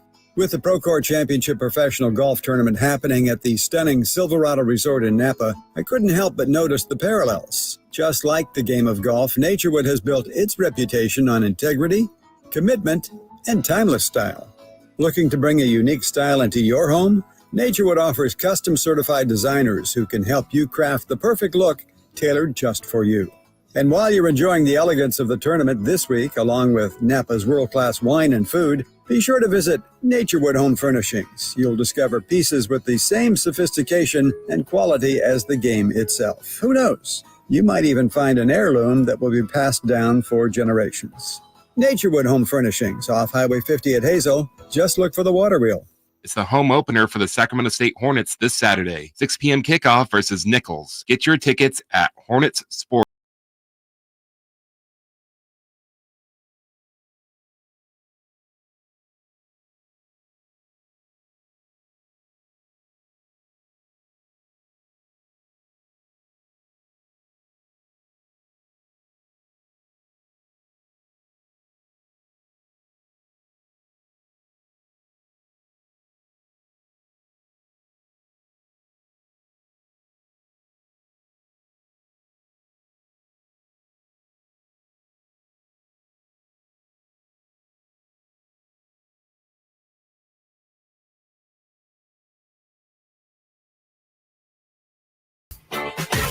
Carmichael Dave. He has very good sources, and he just kind of tells it as it is and gets to the point. Jason Rpss. He has a lot of pretty smart things to say. He's good at what he does. On Sacktown Sports. I picked the kids up today and take Mason to practice. Just got that during the break. Yeah. And then Melissa's making, she's going to take a try at making a curry. Set the screen! Cutting into nap time, huh? Maybe not. Pick up for practice. There's already something else cutting into nap time. I have a very important conference call that you're aware of about a person that we're talking to about maybe coming on the show. Okay. That call. That's like horseradish. Yeah. So anyway, Adam Silver talked expansion yesterday at the meetings they always have at some super luxury hotel. Yeah. Probably the St. Regis in New York usually. And look, nothing new here. A lot of croissants. Fruits. Super buttery croissants. Just like they're not doing the whole continental thing, but you got pitchers of water everywhere. Oh, yeah. And coffee. Mm-hmm. You got fruit, croissants. I wonder if they had them little, what's good? Those little tortilla pinwheels. You ever have those? With like the cream cheese and stuff. Those are really good. What a delight inside. You don't know. Oh, you don't know. Yeah. Could be anything from veggies, purees in there to like green chili style. Eggs. Yeah. I don't think I've ever had one with eggs. Why not? I don't. Give it a whirl. Like a breakfast pinwheel. Yeah. That actually sounds. You flatten the tortilla and you put like scrambled eggs on the bottom and then cheese and then maybe lay some strips of bacon or diced bacon is what you do. Spinach. And maybe some cooked spinach in there. Absolutely. Maybe some shrooms. Yeah. Roll them all, roll it all up into a log and then slice. Yeah. Maybe sprinkle some sauce on there. Maybe a little green sauce. Yeah. I like this. I like this segment, going through what we think the owners are eating at the St. Regis during the owners meetings. Seattle and Vegas. It's a matter of time, right? Seemingly. Yeah. Seattle we know is number one on the list. That's a wrong that needs to be made right. Vegas, it's one of those rumors that is it's almost fact at this point. The worst kept secret is that Vegas is the second. That's the hottest sports market in the country right now. And LeBron James will be a part of that ownership group, of which it seems that LeBron and the Fenway Sports Group, who he's already partnered with for Liverpool, etc., will form an ownership group and do that. Yeah. And then you not relocate, you what's the word I'm looking for? You have to reorganize the divisions, I think. Because I would say Seattle and Las Vegas go west into the Western Conference. Yes. And then you would put, what, Minnesota, Memphis? Maybe? Yeah, I think so. Well, Minnesota could be with all that, or New Orleans. Yeah. But Minnesota could be with that Indiana, Chicago, Detroit. Memphis for sure has to be east. And they can go Atlanta. Yeah. Yeah, it's interesting. Would that be Minnesota? Because right now it's pretty clean with 6 5-team divisions. But so you're gonna have to do that. And then, by the way, let's remember the last time all this happened, there was actually 2 rounds of expansion. Mm-hmm. There was I don't remember the order, but I know Orlando, Miami, Vancouver, Minnesota. It wasn't in that order, but those were you had them 4 years apart. Yeah, it's pretty pretty close. Yeah. So there's nothing saying, by the way, there's not a double. And then Charlotte. Well, they came back, right? Yeah. What was it? So Miami was an expansion team. Orlando was an expansion team. Yeah. Vancouver was an expansion team. Charlotte was an expansion team. Minnesota was an expansion team. Is there a 6th? Was it 3 rounds? Why am I tripping? What am I missing? Well, New Orleans came back, right? But New Orleans wasn't a part of that expansion, was it? New Orleans happened after Katrina, didn't it? Yeah, but was New Orleans formerly Charlotte or Oklahoma City? Yeah, Oklahoma City. Yeah. So there were 3 rounds of expansion. Well, Oklahoma City was not expanded. They just moved from Seattle. Seattle. No, you're right. Okay, I got to go back and look. Why are we forgetting that? Because we got 5 teams. It wasn't an odd number of expanded teams. No, I think there were the 4, but then Charlotte was added by itself. Charlotte just came in as a 5th? The Bobcats. Weren't they the Hornets first? They were. Oh, I see what you're... But originally, Charlotte was the Hornets. Miami was the Heat. Yeah. Expansion, right? Right. Orlando was the Magic. Minnesota was the Timberwolves. Yeah. Vancouver was the Grizzlies. Yeah. Seattle moved to Oklahoma City. Whatever. Anyways. Toronto. So there were 3. Yes. Okay. So I don't think they're going to do 6 teams. Toronto. We forget the Raptors. Yeah. Somebody help you there too. They just came in missing Toronto. Thank you. Thank you, Brian.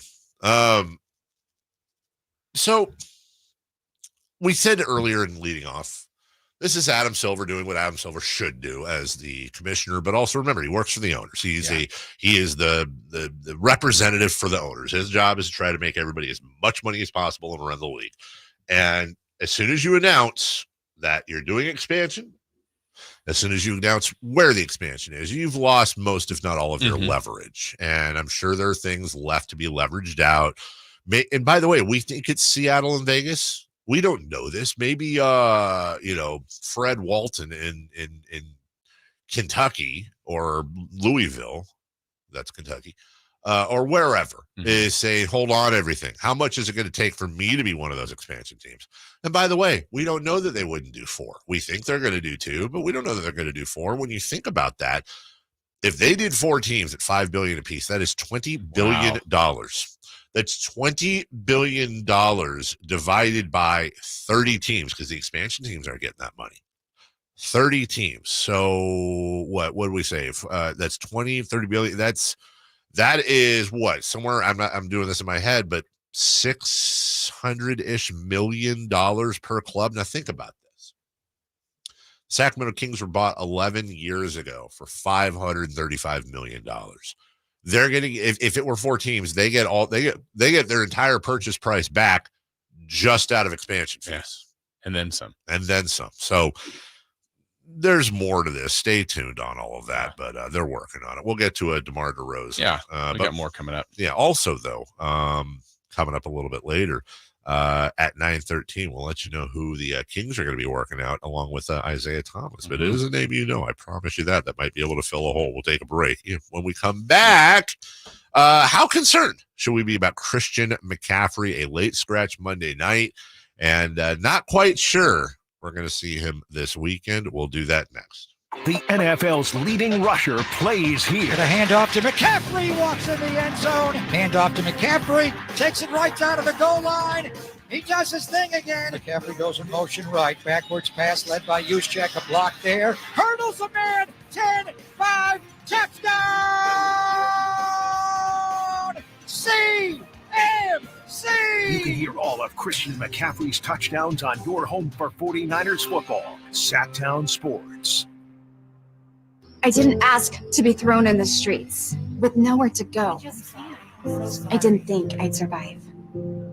But I did ask for help, and Covenant House was there for me. 1 in 10 young adults will experience a form of homelessness this year. For these kids who didn't ask to be put in this unthinkable situation, Covenant House is there. Covenant House helped me break the cycle of homelessness in my family. They gave me the love that I needed. Over 2,000 young people will sleep safely in a Covenant House bed tonight. When youth who are experiencing homelessness have a hot meal, a safe place to sleep, medical care, and love, they can overcome heartbreaking challenges and have a brighter future. They just really genuinely just wanted to help me succeed, and I'm succeeding. I'm a speaker, I'm an author. Covenant House really helped me and really helped mold me into the woman I am today. If you or someone you love is asking for help, go to safeplacetosleep.org today.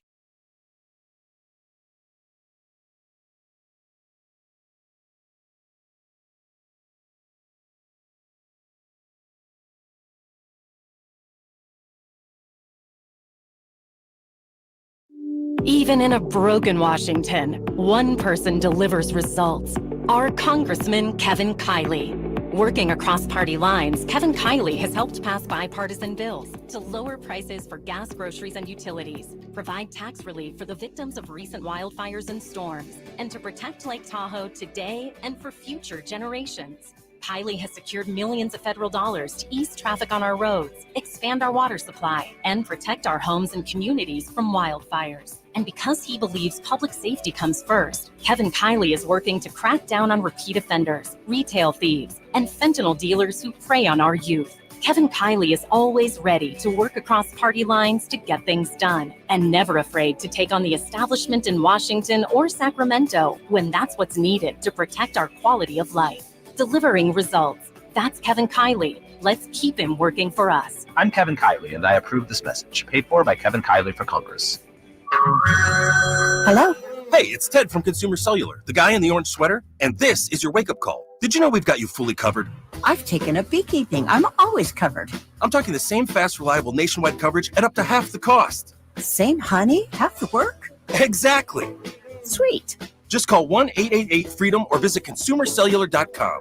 Savings based on cost of Consumer Cellular single line 1, 5, and 10 gig data plans with unlimited talk and text compared to lowest cost single line postpaid unlimited talk, text, and data plans offered by T-Mobile and Verizon January 2024. Ulta Beauty's 21 Days of Beauty event is back. From now until September 19th, score over 200 daily beauty steals at 50% off in every category. And check Ulta.com daily to get them all before they're gone. Take 50% off bestsellers from brands like Estee Lauder and Supergoop. Plus, say hello to new finds from brands like Dyson and Sol de Janeiro. And Ilia is now at Ulta Beauty in select stores and online. Shop in-store at Ulta.com or try pickup today. Ulta Beauty. The possibilities are beautiful. Conditions apply while supplies last. It's Capital Casino, Sacramento's #1 poker room. And guess what? Primetime football is back. Capital Casino is giving away $500 per game in high hand bonuses for every Sunday, Monday, and Thursday night primetime game.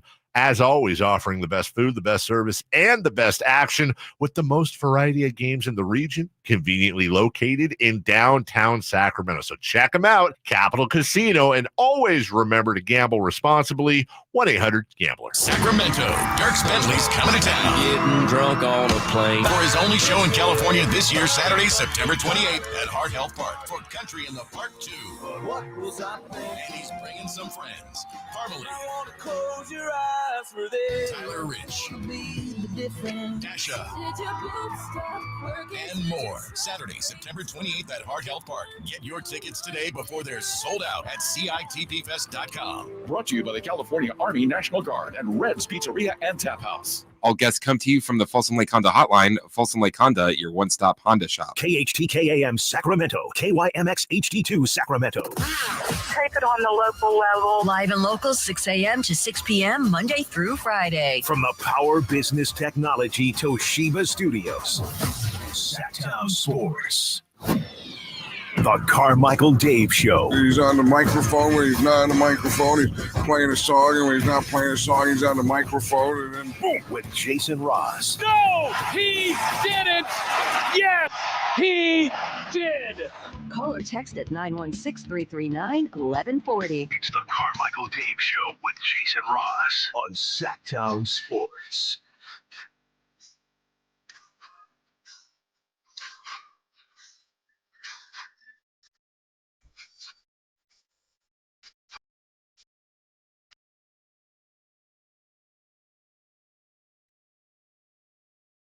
There's a debate on the chat right now. Is it Wacky Wednesday or is it Whining Wednesday? I like wacky. Wacky. Started out with Whining Wednesday. I was whining about the computers, but I like wacky more. Wacky, wacky, wacky. Welcome back. Justin on the chat line, 916-339-1140. It says it's his birthday today. He's a longtime listener. Will you wish me happy birthday? It would mean a lot. Go Niners. We don't do birthday shout outs, Justin. No. For your birthday. We're not wishing you a happy birthday. No, that's not. We're not going to say happy birthday, Justin. At all, because we don't do that. No. Because then everybody's going to want a birthday shout out for them, for their kid. Maybe we should have a shout out Friday. Hotline? Yeah. Where everybody just, we'll do like a set, then everybody tunes in for that. Ratings through the roof. Hey, shout out Fred. He's 19 today, and he's starting his first new job. Good luck, Fred. What's Fred doing? He's working at Sizzler. Yeah. I thought Fred was doing deliveries. Like Uber Eats, that kind of thing. Yeah, he does it for Sizzler. Yeah. Yes. What are you going to Uber Eats? Sizzler sedan. I want an Uber Eats or something like that would deliver Sizzler buffet. Oh yeah. So like you keep coming. Yeah, keep coming back. Yeah. I'll take the clam chowder, whatever those steak fries are. Definitely the bread. Definitely no. What? You don't like the Sizzler bread? I love the Sizzler bread. Yeah. Both of them, the yeast roll and the cheesy bread. Yeah. I love them. So why are you saying no? No. Jason. This is going to derail everything. And we've got Zeppelin. Why USA wouldn't you Treat. want that? Jason. The first rule of buffet eating is you don't eat the fillers. Sizzler specifically designs their breads with tons Bread of is a fillers. filler. It is. Yeah. And so you eat good. You eat the yum yum bread. Acknowledge it's good bread. Yeah. Maybe it's your Mariano Rivera, it's your closer. If you're gonna order the bread, you order it last, but then you're full and you're gotta half eaten. There's nothing sadder, Jason. Oh no, it's full eaten. And a sad looking half eaten yeast roll at Sizzler. There's a country song about it. It is. Sounds like a country song. Yeah, you stick to all the stuff. It's like when Thunder Valley used to have their crab all you can eat Buffett before the Cove. Mm-hmm. We made the mistake the first couple times, but then no, you go and you don't screw with the sides. You go get a plate and you load it up with crab. And you get another plate or you use the bucket for the crab leavings. And then you don't use those little ramekins for the butter. You get a soup bowl. So fat. You get a soup bowl for your butter. Bowl of butter. A bowl of butter. And I'll leave you with this question, Jason. No, you're not a crab guy. No. There's two different people. There's two types of people in this world that eat crab. There's two types. There's me, who grabs the crab leg and does the crackle and then pulls the meat out, dips it, and eats it. And then there's my wife, who gets two plates, one for her crab legs, and then the other because she breaks every leg and then takes the meat out, and then she puts it on the other plate until she has a pile of nothing but crab meat. And then she eats all the crab meat as she goes. Gotcha. I don't know which is better. We've debated this many times. I understand the points to both. I just can't sit there with nice, tasty crab meat on my plate and just let it pile up. Because then I feel like. And when you want to pour the butter over the top of that? Well, honestly, can I tell you something that sounds disgusting? But if you're. Or do you want to do it the other way and just bathe it in there? If I did it in her method, here's 100% what I would do. No joke. This is true. I would crack all my crab off the one plate, but I wouldn't put it on a plate. I would put it in a bowl. And then when I had the bowl filled with crab meat, like milk, I would pour the butter over the crab legs. So it's like crab leg cereal. Yeah. That you eat with a fork. Looking like soup. And then when it's done, the butter leavens, it's crab flavored butter. So it's even better the second time around. Maybe you have to reinforce. You put it on bread. That would be really good. Yeah. So since this segment is basically almost over, we're screwed on this. Now, this situation, is this because you talk about the crab, all you can eat? Is that the situation that you're at? Where you're talking about eating the crab, you and your wife? Yeah, yes. Okay, so my question is, does she just take all she wants for one serving, or does she go back? And No. Okay. She takes all she wants for one serving on a plate. She cracks it, puts the shells in the bucket, and then puts the crab meat on the other plate. Yeah. And then she goes to town after that, and then she goes back. If she's hungry, she'll get She's more. still hungry. She goes back for a And does the same thing. Okay. Huh? And then does the same thing. And then does the exact same thing. Whereas I'm sitting there, crack, eat, pile, crack, eat, pile. And they say crab is some people think crab is more work than and that's why I don't do like if it's like the little rinky-dink crab legs. That's not worth it. You're getting crab toothpicks. How about the timing of it? Are you done at the same time? No, almost never. I'm usually done before she is. Not that she eats more. It's just I eat. Your process is faster. Yeah, but I'm not a good buffet guy. Weirdly enough, I don't eat a lot at one sitting. I'm a grazer throughout the day when I'm eating. It's not an advantage. Advantage buffet. They get your money. 100%. So in Vegas, they have, I don't know if they still do this, but they used to have this thing where you get a wristband, and for like MGM, you get to go to like all the buffets all day. So with that, so you're just finding out about this. What? So that would be like your type of. Suddenly, Dave's off tomorrow. I hate Vegas, but my goodness, there's a buffet pass? Yes. You again. Oh, no. The buffet of buffets is what they call it. How much does that cost? I don't know, Jason, because it's discontinued. However, when it was happening, it's at Caesars. For a non-member, which I'd be a member because you just have to take 2 seconds and sign up for a thing, and then you just unsubscribe to the emails.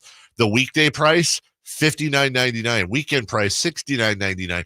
24-hour pass. Think about that. I mean, look, $70 a day on food is kind of a lot of money, but if you're in Vegas, right, that's not a lot of money. That's about $22 a meal. Yeah, if you ate, you don't have to.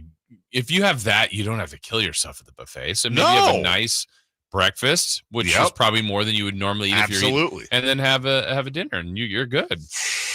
Maybe a snack in between. Maybe a snack. Maybe you're just walking by. You're like I want a little treat. You know what? I'd like some minestrone soup. Yes, I'm rolling right in. Working. Oh, I know where I can get it. I've got the pass. I've got the pass. Yeah. You know what sounds good right now? A breadstick. Yes. I'm just gonna grab one. Yeah.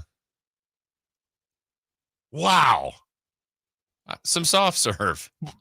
Why not, Right. Jason? I would like a cookie. I would like a cookie and some soft serve. And I'll break up the cookie and put it in the bottom of the bowl and then put the soft serve Oh, above no. it. I left the butter in there from the. Oh, crab from the ice crab. cream. That's great. That was made for you. Bring it back. Call them up. Bring back the buffets. Yeah. Look, I know we're partners with Thunder Valley. I love them. I do. Yeah. I do Can too. somebody tell? You really love them. Can somebody? Can Jonathan Thunder Valley or whoever owns the it's place? Teddy. Is it Teddy Thunder Valley now? Are we ever getting the buffet back? Is there other restaurants are fantastic? Don't get me wrong, but I miss the crab. Yeah, I miss the crab. Eating the crab with the crab. The sound of the slot machines over there. Spent a lot of time. Just all the hustle and bustle in the background. Yes. I got my little Thunder Valley card. Mm-hmm. We hit the dessert station. I mean, I'm not eating that way right now, but that would be a nice cheat night. Yeah. You know, as I approach. By the way, have you implemented cheat nights? Well, I guess you kind of did with. I will at the end of the week. I kind of did, but I was good about it. But no, I'm on my. I said I was going to do a month and be pretty strict about it. Aren't you there? Sunday will be a month. Okay. I am at 9.1 pounds lost as of this morning. Nice. I strategically weighed myself after a certain event this morning because I think I was 9.5 pounds. But then I weighed myself and it was 9.1. By the way, have you ever done that? Yeah. I have to. Yeah. That's it's pretty telling sometimes. So depends on the event. Right, exactly. Yeah. I'm at 9.8. If I can lose 0.9 pounds by this Sunday, I will reward myself with a cheat night. Because then you'll be at 10. I'll be at an even 10. That was my goal. Nice. 10 pounds in the first month. That's my goal. Pretty good. Nothing. Yeah, I think so. It is pretty good. Not, nothing. That's a respectable job. Yeah, that's a respectable job. Now, if I could just do that for 5 months, I'll have lost 100 pounds. I think I would look weird. I think if I lost 100 pounds, we've talked about this before. Okay. Yeah, there's a difference between slimming down and trying to look better. And is everything okay with Dave? Yeah. Is somebody? He's got weird bags under his eyes, and he looks all sunken. Yeah, I have friends like that where they've lost. It's like, dude, my sister, I get on her all the time. She's lost too much weight. But then again, that might be a brother thing to say. But I go, you gotta stop. Yeah, you gotta stop.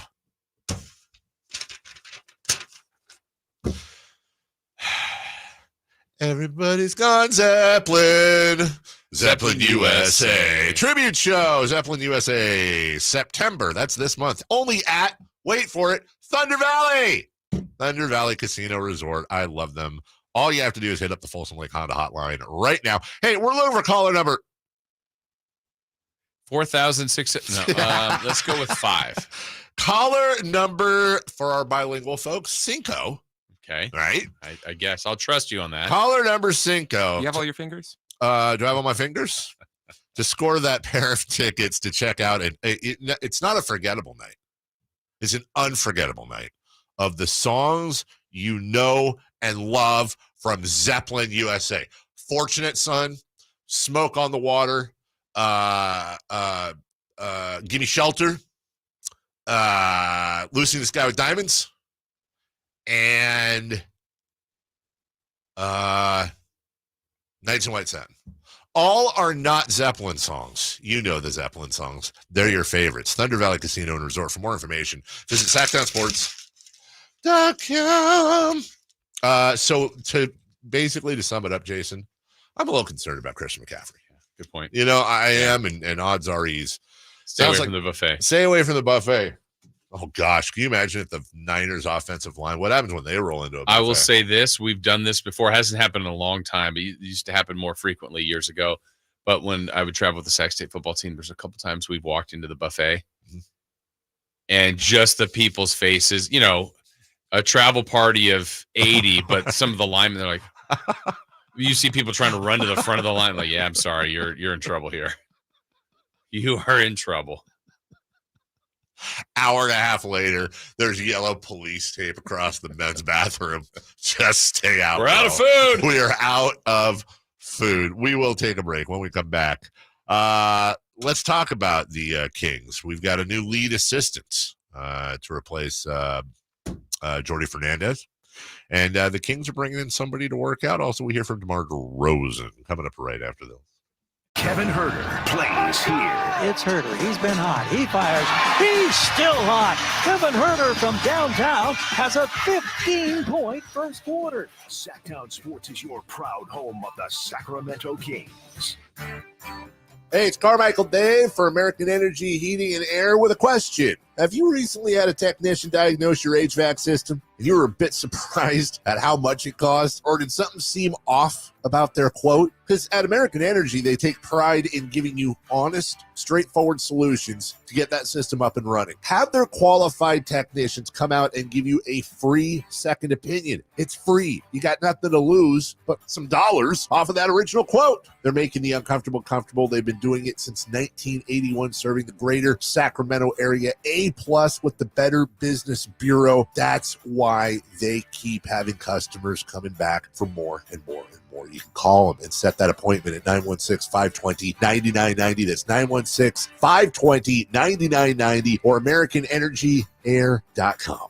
Call 916-520-9990 now. Get your tickets for the Marysville Stampede September 14th and 15th at MarysvilleStampede.com.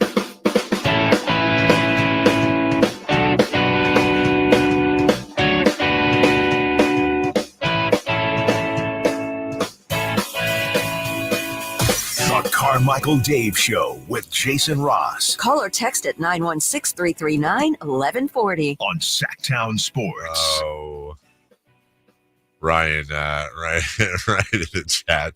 Hey, we finally made it through summertime. There's so much content. Let's spend 10 minutes on crab buffets. Look, you just once a show, man. You gotta let my brain do the thing. I'm sorry.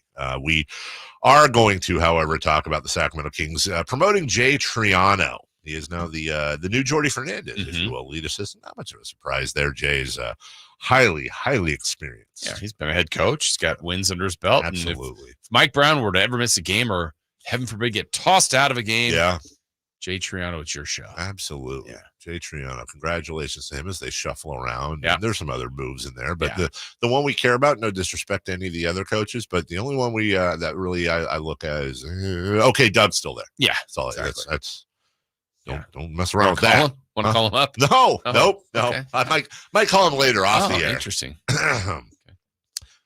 Jae Crowder is coming into Kings land for a workout. What? Is he just gonna lift weights? That's always what sounds funny to me. Jae Crowder will be in for a workout with the Kings. He just rolls in, goes over to the Smith machine like Allen does, and does some squats. And all right, thanks, Jay. Got a pool in here. I like to get us some laps in. Do a little swim. Yeah. Maybe hit the buffet after.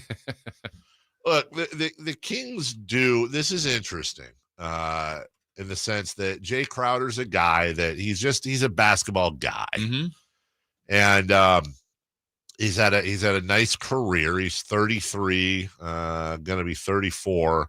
Well, actually, he turned 33 in August. It's really starting to bounce around though. He has been with Dallas, Boston, Cleveland, Utah, Memphis, Miami, Phoenix, Milwaukee. Wow. So, coming from Milwaukee, he's got a lot of experience, a lot of vet leadering he brings onto the floor. Shot 43% from behind the arc a couple of years ago. That's his field goal percentage. 35% career shooter from beyond the arc. Excuse me, he did shoot 43%, from behind the arc 2 years ago, but then I was looking at his 41.9 career field goal percentage. That's not great, but 35% from beyond the arc is not bad at all. And he's just, look, they're a little shy at that 34 backup position. And always, all this stuff is worth. I mean, it's a workout. There's no contract at the moment or anything guaranteed. I think there's some other guys that they've talked about bringing in. So you always look to see if there's a way to make your team better. I think the concept, the thought of an experienced player like him makes some sense. Whether it's him, I'm not exactly sure. I probably was more of a Jae Crowder fan about 3 years ago, but doesn't mean I don't know that he's like completely done, but I still say, Dave, the end of this for the Kings, it's going to really rely on their top level people. Like, you want the depth, you want all that stuff. But I'll maintain this. If we say their top 5 guys in no particular order, Fox, DeRozan, Monk, Sabonis, Murray, if they all have good years, whatever that means, they'll be good. That's right. And no matter if Lyles had a career year or Herder or Ellis or some of the other guys that are important, Len, that's all great. It's the top level guys have to be great. And if they are, then they'll be fine. Interesting that you have, and you should. Interesting, though, when you put it that way, that you have Monk in your top 5. Of the Kings players? I would say so. Instead of Kevin Herder. I think so. Am I wrong on that? No, I don't think you are. Yeah. It's just interesting when you put it like that. It's like, wow, your top 5 players aren't starters. Maybe he will be. Maybe. Yeah, but I don't think he will be. I don't think he will either. Your favorite Jae Crowder, Jason? Mine was probably Boston. 24. He was 24, 25, 26 years old. The other nominees, Jae Crowder with Utah, 27 and 28, and Jae Crowder with Phoenix at 30 and 31. A couple others in there, but I don't remember the Utah one. Weirdly enough, I don't either. Yeah, I was thinking the same thing. I remember the Milwaukee one. I certainly remember the Boston one. I remember the Phoenix one. Yeah, don't remember the other one. Demar DeRozan has a new book out. We are efforting an opportunity to talk to him about that. By the way, I loved this. This is, I gotta shout this guy out. It's going to sound like I'm ripping him, but I'm not. And I'm sure he'd deny it, which he should. I want to shout out our guy, Sean Cunningham, who, so I got the same thing he did. A bunch of us did. I'm sure you get the book, and then there's a note that comes in the bag with the book. In fact, when I'm done with it, I'll bring it in. And it's a note from DeMar DeRozan, and it says, what's going on. I'm very excited to be sharing. I can't read the whole thing. His book, Above the Noise. And then there's, a couple paragraphs. Thank you all for your support. Much love and respect, Demar. And then he signs the little thing, the little note card. And what Sean has done is he has balanced the book so it's standing up and posed it. So on a desk, he's got the book standing up, and then in front of it, he's got the note there. He said, almost done with DeMar DeRozan's new book, which released today. For someone who has long been a star in the NBA, I thought I knew just about all I needed to know about the new Sacramento Kings player. I sure was wrong. That's a nice plug for the book. It's also a phenomenal way to get an interview. Yeah. Sean's always angling. He's That's always now the one thing he didn't do that would really put it over the top is, I'll give him credit there, he did not tag DeMar DeRozan in it, but then the first reply tagged DeMar DeRozan in it. So and that's just Sean being a pro. Yeah. We're out there just trying to ask people. Sean's doing the thing. So I turn off my computer there. Not that again. Not that again. But no, I'm looking forward. I'm probably going to read the book this weekend. Looking forward to that. I'm looking forward to him being here. I'm anxious to see DeMar as a King. That's going to be fun. That jersey on. I think he's going to have a good year. I think I know there's some people concerned about the fit. He's just a good player. I think he's going to be a good team player. He's going to have some nights where like, man, he had 12 assists. Yeah. Other nights where he scores, big fourth quarters. Free throw line. There's a lot of things he's going to add to this team. I was talking to someone with the Kings over the weekend, and we were marveling at the fact that, say what you want about Harrison Barnes, but he was a massive leader of the team in the clubhouse. So forget about replacing his stats or whatever. That's probably the easier task than replacing his leadership and his presence. And it was like, how many attainable players could you count in the NBA that you feel confident would match Harrison Barnes in locker room leadership and setting an example? I could count on maybe one hand. Right. And DeMar DeRozan's one of them. That's an understated part of the trade. If you're going to trade Harrison Barnes, you need to bring somebody back in, ideally, that is going to make some sense in the locker room. We got a break. Here's a quick clip of DeMar DeRozan on Paul George's podcast talking about why he picked the Sacramento Kings. What is going to win and where I could be a part of that and help with that. So, Sac came about and they were showing interest, like real interest. So when I sat back and looked at it and analyzed the team, great players, great coach, and I just always remember the last couple of years of always seeing them light this damn beam and winning and all that. Fans got a going movement crazy over there for sure. Yeah, for sure, got a movement, and that's definitely one thing you always want to be a part of is a contagious culture of an organization that want to win. You always want to be a part of a contagious culture of an organization that wants to win. A real NBA basketball player said that about the Sacramento Kings. A six-time All-Star. A six-time All-Star, future Hall of Famer, said that the Sacramento Kings are an organization that has a contagious culture of wanting to win. I thought this was basketball hell. It might be for other teams. Is this AI? That happened. That's real. That's about us? Oh. Shivers. We'll take a break when we come back. 4 Down Territory coming up right after this. Did you miss any part of our live local shows? Don't worry, you never have to miss them again. Check out sacktownsports.com and search our podcast page and play our shows when you want. The Carmichael Dave Show with Jason Rpss, Styles and Watkins, and the Drive Guys. Plus, other podcasts like Return of the Empire, Return of the Roar, the Stingers Up podcast, and Golf to Go with Frank LaRosa. They're all available right now on sacktownsports.com. Model year-end pricing is back at Folsom Lake Honda, your one-stop Honda shop. During the model year-end event, lower interest rates at Folsom Lake Honda make lower payments. It's no wonder why Folsom Lake Honda is your one-stop Honda shop. Come in today or check out our entire inventory online at folsomlakehonda.com. Get an instant cash offer for your trade at folsomlakehonda.com. We'll buy your car whether you buy from us or not. Folsom Lake Honda is your one-stop Honda shop. Folsom Lake Honda. banter. Go to FolsomLakeHonda.com. Your one-stop Honda shop. The feet have a really big impact on how the rest of the body moves. The knees, the hips, the lower back especially. If the foot isn't properly aligned, all of these joints are going to function incorrectly. That results in a lot of muscle tension and chronic pain. What I really like about the Good Feet system is that the right arch supports can put the foot in its proper alignment. So all the joints up the rest of the body will be aligned properly as well. And when the body's aligned, we can reduce the risk of injury and chronic pain. Come to the Good Feet store now for a free fitting and test walk. At Fisher Investments, we may seem like other money managers, but we're different. What makes you so different than the rest of us? We ensure clients receive unparalleled service at every step of the relationship. Tell me more. Our investment counselors focus on service over sales, prioritizing clients' needs. How do you make money? We don't sell any commission-based products. We have a simple management fee based on the value of our client's portfolio. So we do better when our clients do better. What about client portfolios? We get to know each client, their finances, family, health, lifestyle, and more. And then we tailor a portfolio based on their specific goals and needs. Your clients really come first then, huh? Yes, we make them a top priority. Our goal is helping them achieve a comfortable retirement.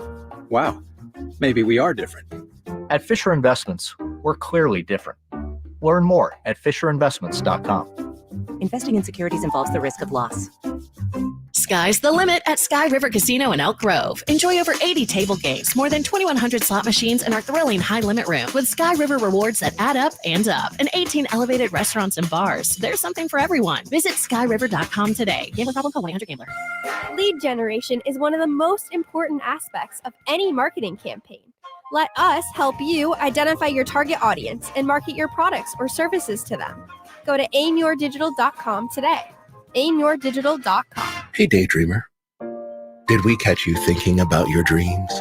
With Wells Fargo Premier, a team can help you plan for them. So let's imagine your biggest dream. Not the easy one, the one behind it. The one you work towards every day and every night. Can you see it?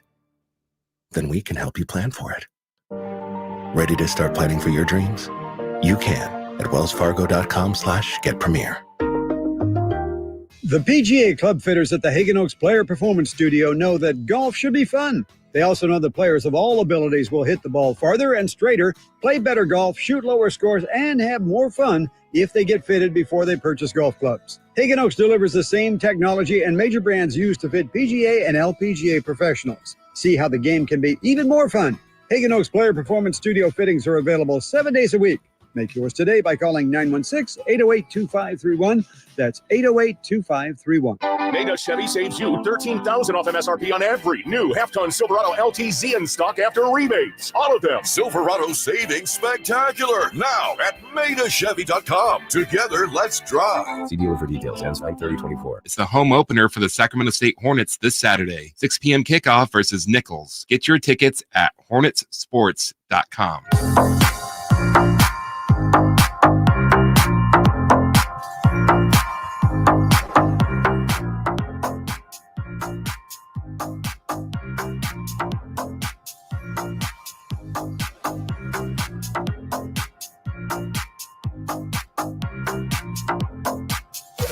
Waking you up with the best in local sports. They just make it interesting, you know? It's the Carmichael Dave Show with Jason Rpss on Sacktown Sports. All right, Raider fans know I like having fun with them as we get into 4-down territory. And by the way, I'll sympathize with them because I saw similar things like this with our Sacramento Kings. But these are things that did not exist the last time the Raiders won a playoff game. Okay. The iPhone, Netflix streaming, Facebook, Instagram, Twitter, Windows 7, Wikipedia, Alexa, Uber, PlayStation 3, Xbox 360, Nintendo Wii. Tom Brady had one ring. The Marvel Cinematic Universe, The Walking Dead, Borat, and Spider-Man 2. Victor Wembanyama. That's right. Blade doesn't count as a Blade Marvel. Yeah, I guess not. I don't know. That's kind of a stretch. You're right. And plus, they did like, didn't there was like other Marvel stuff. Howard the Duck. What? Oh. Wait, what? Howard the Duck. I feel like you're being serious. Yeah. Is that true? Yeah. How are the Ducks in the Marvel Cinematic Universe? Howard the Duck, I believe, is the first Marvel movie. That's a really good trivia question if that's true. God, that movie sucked. You probably like it. I've never seen it. Oh, you haven't? Let's see a movie this weekend I've never seen before that you like. 4-Down Territory starts right now. Beep, bop, ding, dunk. Mike Tomlin says that he will start Justin Fields again this week. Do you think Russell Wilson will start a game as a Steeler? I do. A, I don't trust Justin Fields. B, the Steelers aren't exactly an offensive juggernaut, though they have weapons. At least one in Pickens. And also, 17 games is a long year. Something's going to happen. It's not a great team. I think at some point, in fact, I'd be surprised if Wilson doesn't start in the first 4 or 5 games. You know, I know we talked about it a couple years ago when Sac State was doing that with Troy Taylor, playing 2 QBs, and people are like, you can't play 2. If you have 2, you don't have 1. Is that ever going to be a cliche that goes away? I mean, why couldn't the Steelers play both? You change running backs, you change receivers, you might change linemen. I know there's a rhythm, but I mean, unless you've got, I don't think there's a clear-cut stud here that you go, this guy's got to start every play. Well, and maybe they're not that different that where you'd want to start 2 different guys, but not start or play 2 different. But could that ever happen? You know, we were talking about Christian McCaffrey earlier in the whole game about how coaches try to hurt the other team's game planning. It is true. If you started with Russell Wilson and Justin Fields just alternated based on whatever, what you thought, but the other team didn't know who was going to start. Those are 2 very different quarterbacks. Yeah. Not a bad idea. You talk to Mike about that? Yeah, I will. AB916 on the chat line. Here are a few things that didn't exist before CD could fit into that schmedium he's trying to pull off. This is an XL. Points well taken. Thanks for getting to my insecurities, AB. It's not my fault your Raiders suck. 9.1, AB. By the way, what did exist? He didn't list things that didn't exist, by the way. But second down. The Houston Texans are the only 1-0 team in the AFC South. Do you think they will go wire to wire? I do. Actually, I do. I think they will go wire to wire. Look, I and most others, thought the Houston Texans were the best team in that division. And again, federally mandated, barring injuries. Yeah. But when you look at that division, their only real challenge, I think, is Anthony Richardson and the Colts. You think Jacksonville? That's the team I picked to win the division. Yeah. I worry about their defense. Jacksonville? I do. I'm not saying you're wrong. When I think about who could challenge, I think about the Colts. But I think the Texans, I think the Texans are the best team in that division. I think they're a top 1, 2. I think they're a top 4, maybe top 5 team in the AFC. Yeah, I'm going to say I don't think they will go wire to wire. I did pick the Jacksonville. Doesn't mean that pick's going to be right. But after 1 week, I think the Texans have to be happy. I mean, Mixon ran great. Diggs got him a couple touchdowns. But yet that was a game. I mean, there was a chance for the Colts to still win that one. But what a start for the Texans. That's, a team that has expectations this year after they came out of nowhere last year. Good start for them with some of their new additions. Third down. Jake Moody, 6 field goals and 2 PATs, has him on top of the NFL scoring lead with 20 points. How long do you think that will last? Not long. The Niners aren't a team built for Jake Moody kicking 4, 5, 6 field goals a game. The Niners should have punched in a few of those into the end zone. I mean, thank God for Jake Moody, which, by the way, I'm old enough to remember where a lot of us are a little worried about how high they picked Jake Moody, and he certainly has come into his own last year and then this year. I don't know. I still get a little nervous when he kicks, but I think part of that is I just get nervous when a kicker kicks. Unless you're, what's his face? Justin Tucker.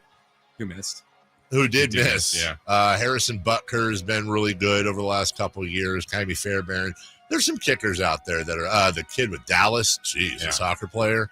But I don't look. He's going to be probably top 10, if not top. I don't think he'll lead it. Yeah, I'm with you. Look, who's right behind him there's a bunch of kickers near the top right now. It was a good weekend for kickers. But Saquon, with 3 touchdowns, is at 18 points. So, I mean, you obviously get more points for touchdowns. If Saquon has a 2-touchdown week, he goes probably right by him there pretty easily. So, yeah, I don't think it'll last very long, but quite a day. 6 field goals, 2 PATs, nice start. 4th down. 1 full week of the new kickoff rule. Do you like it? I don't know. It's like I don't have a strong feeling either way. I didn't find myself watching the games going, this kickoff rule sucks. Or, hey, there's been a couple of returns. That's pretty cool. It's just different. Now, maybe at some point, I'll form an opinion strongly, and I know I'm supposed to do that, but it just seems different. Yeah, the weird part to me, there's a couple things. The landing zone, like it has to get so far. That's a little bit odd. And then the other one is when it's clearly going to be a fair catch or they let it go in the end zone, they have to wait for it to land before you start running. To watch the kick return defense guys still sprint all the way through when the play is dead always kind of looks weird to me. It's like, guys, the play's over. I know you're just maybe getting your legs loose, but it just looks weird. I'm not used to it yet. It does. It is strange. Yeah. Now we had a return, which is good, and I guess returns are up partially, but I go back to what did they want? More returns or more safety? I think they tried to hit the sweet spot. I don't think they quite did that. Ryan on the chat line is on your rear end there, Verlaud. He says, you're wrong. Captain America, 1944 Republic Pictures. That doesn't count. That doesn't count. Of course it doesn't count. Nobody, what was it, a silent movie? Why did I snort at that? I don't know. We'll take a break. I'm going to mull over that Schmedium comment during the break. Go look in the mirror and be sad. When we come back, who's hot, who's not. And it looks like there's one streak we're trying to continue. We'll see who that belongs to, along with all y'all. And do we have a holiday? I don't know. We'll find out next. The only place you'll find Malik Monk is Sacktown Sports. Oh my, what an athletic move that time by Malik Monk. Hey Sacramento, it's Malik Monk and you're listening to the home of the Sacramento Kings, Sacktown Sports. Your local sports leader. Lowe's knows it's easier to make the right calls when you have the right team. That's why our Lowe's Red Vest Associates can help with game time decisions. Plus, use in-store mode on the Lowe's app to find what you need.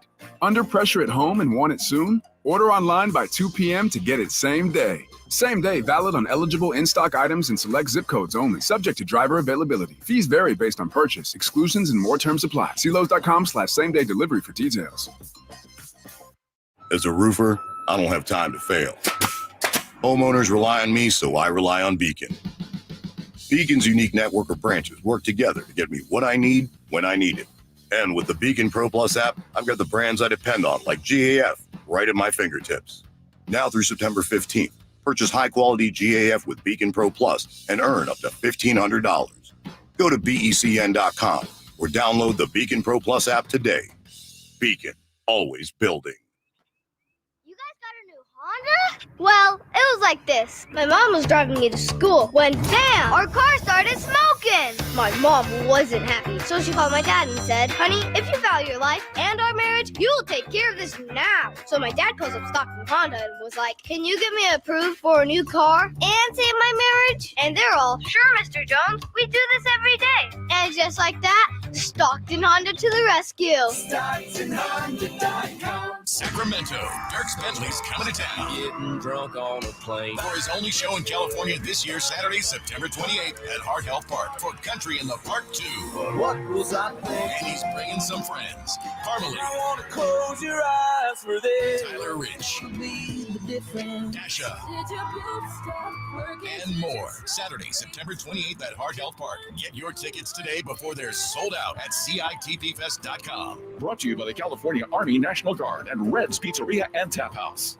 I've always believed that golf is more than just a game. It embodies integrity, commitment, and a sense of style.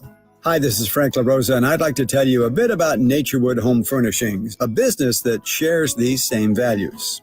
With the Procore Championship Professional Golf Tournament happening at the stunning Silverado Resort in Napa, I couldn't help but notice the parallels. Just like the game of golf, Naturewood has built its reputation on integrity, commitment, and timeless style.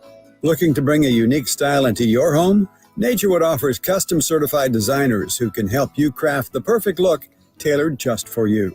And while you're enjoying the elegance of the tournament this week, along with Napa's world-class wine and food, be sure to visit Naturewood Home Furnishings. You'll discover pieces with the same sophistication and quality as the game itself. Who knows? You might even find an heirloom that will be passed down for generations. Naturewood Home Furnishings, off Highway 50 at Hazel. Just look for the water wheel.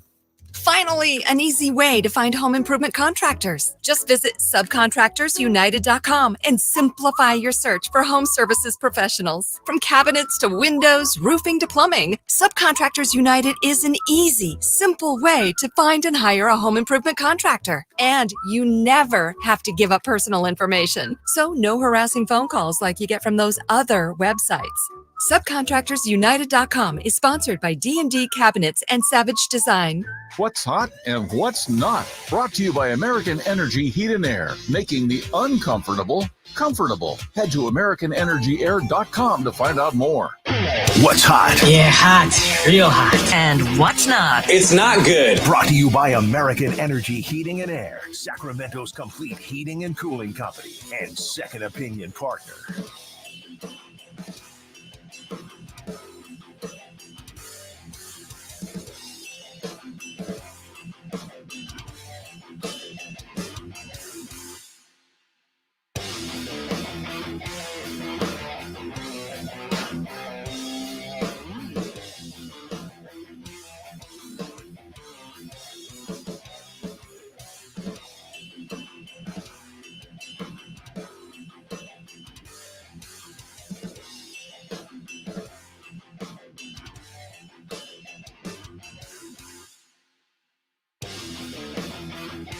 All right, Chris. I think we're getting close to that time where we got to find out our big questions of who's hot and who's not.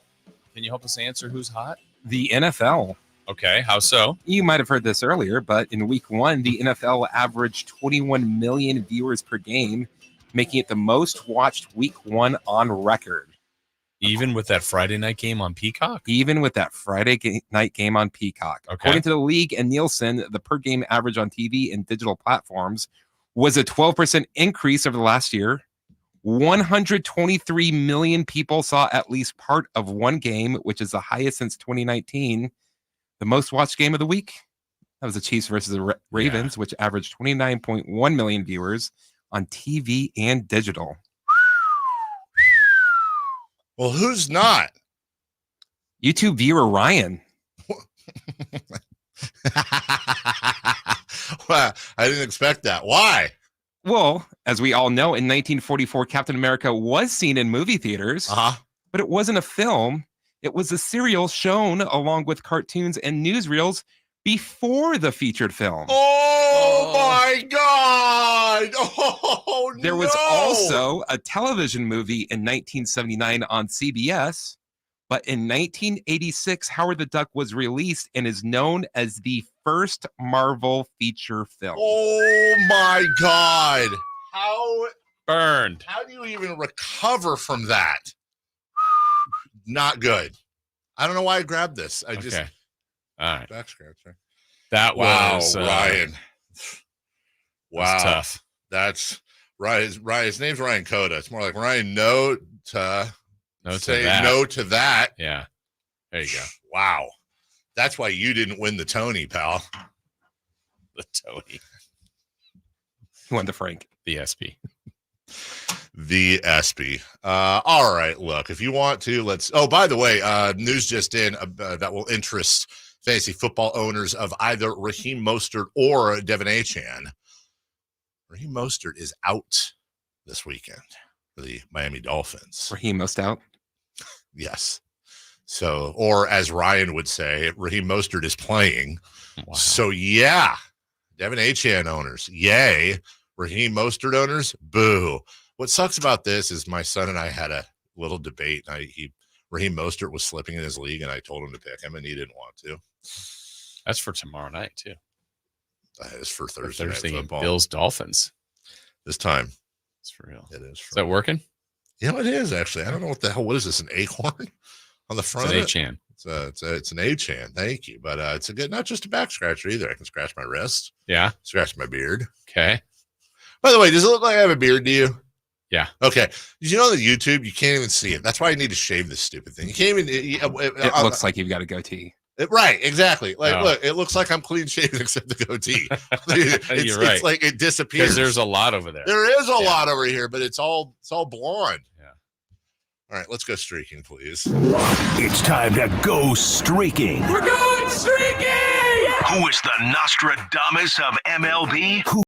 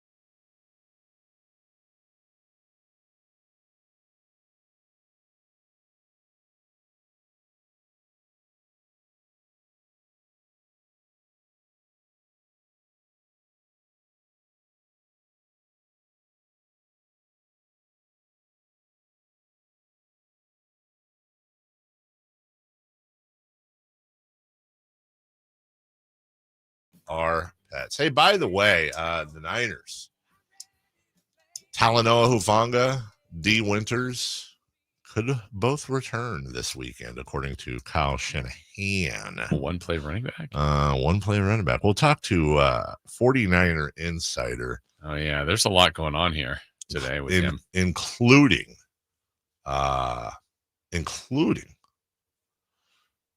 a snack, a meal. Yeah. So we'll ask him about this conspiracy. Well, I feel like Chris should ask him because I do too. He left Christian McCaffrey out there for the number 2 pick, which Chris took. That's right. And they played one another this week. On the move. Got no, not and yet. part of that frustration for Chris is CMC didn't play. Chris had a nice lead. That's right. Brees Hall came in. Wasn't great, but got a touchdown. Yes. That was enough. How much time do we have left in this segment, Chris? About 2 minutes? 3 minutes. Okay, good. Don't want to do this during crosstalk. We got a packed show. I was waiting for a random opening. We're having a lot of fun today. We're smiling. We're laughing. We're having a good time. I'm going to bring the show down for a second because I don't want to go a single show in my life on today without acknowledging what for many of us is, and by many of us, I mean, depending on your age and if you were around that, today is September 11th. We always talk about our Kennedy moments. We were having this conversation actually at dinner with my parents the other day. My mom and dad actually had the Kennedy moment. And so we were going through, the list of things, whether it's the Challenger tragedy, some would say maybe the O.J. Simpson chase, which, is completely different. There's a few others, but there's nothing that compares to 9/11 and what happened. And I didn't have any friends. I didn't have any family that were involved, thank God. But a few years ago, opportunity is the right word. My wife and I her first visit to New York, and we went through the 9/11 museum. If you've ever been, you know what I'm talking about. If you have been, you know what I'm talking about. If you haven't been, just my suggestion would be this.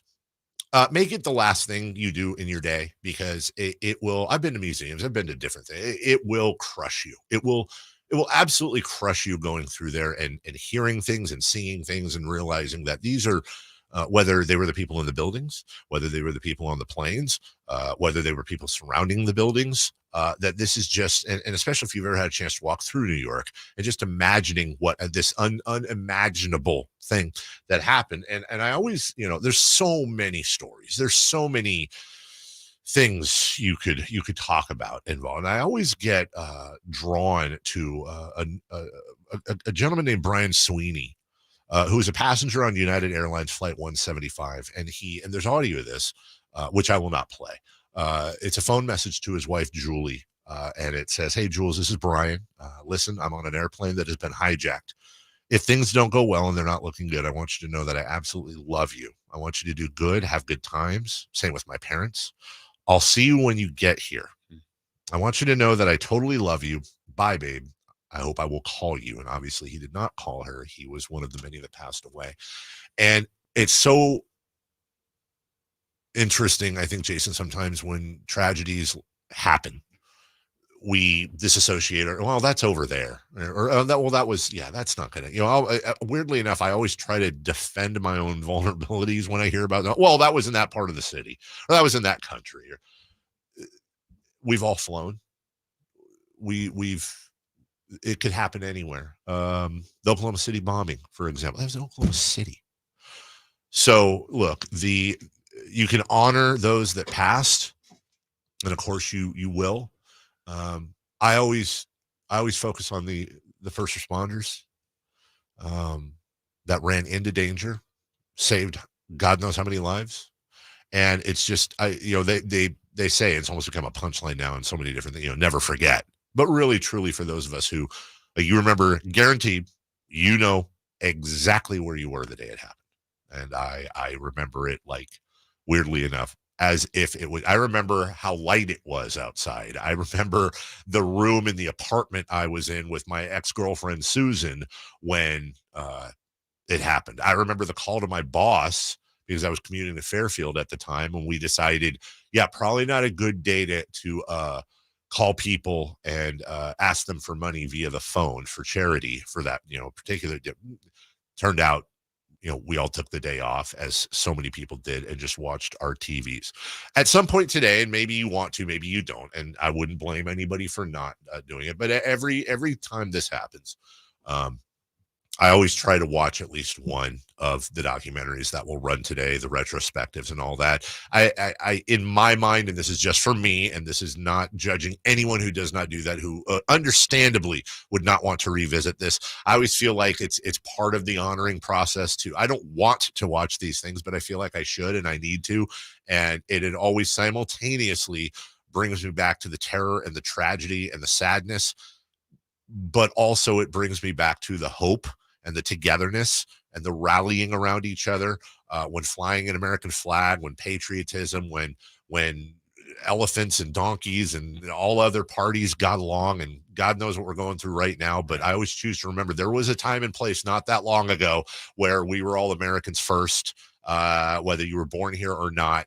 And we all held hands, and we all looked at the flag, and we all We all celebrated the best of us. Yeah. I mean, it really, truly was a powerful time in many ways for the sadness, but the togetherness after the fact, the rallying, the doing for others. Yeah. I mean, but just, an incredible, incredible time period. It really was. It's unfortunate that sometimes it takes something like that to remind us of really who we are as a people. And hopefully we'll never go through anything like that again. Okay.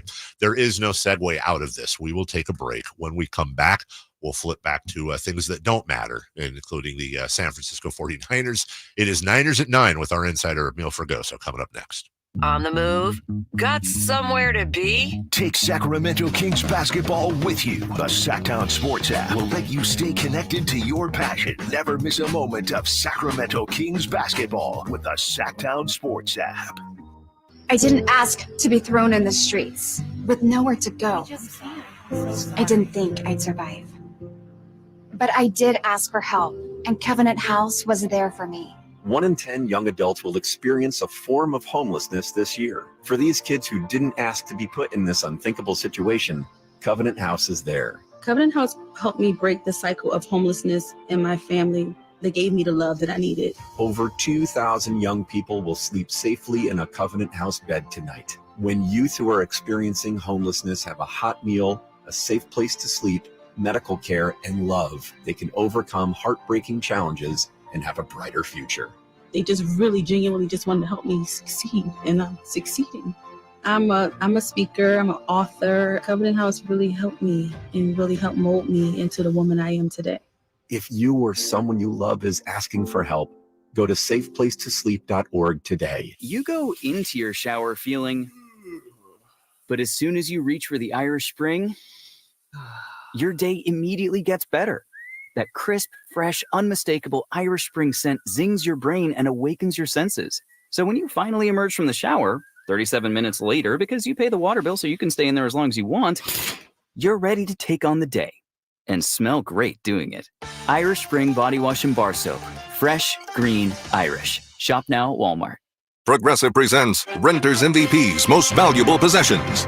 Today's MVP, Emily Neal's 70-inch TV. Because after watching her second-grade students yell at each other for hours, there's nothing Emily enjoys more than watching super rich housewives also yell at each other. Why? Because those women are not her responsibility. And that's why her TV is today's MVP.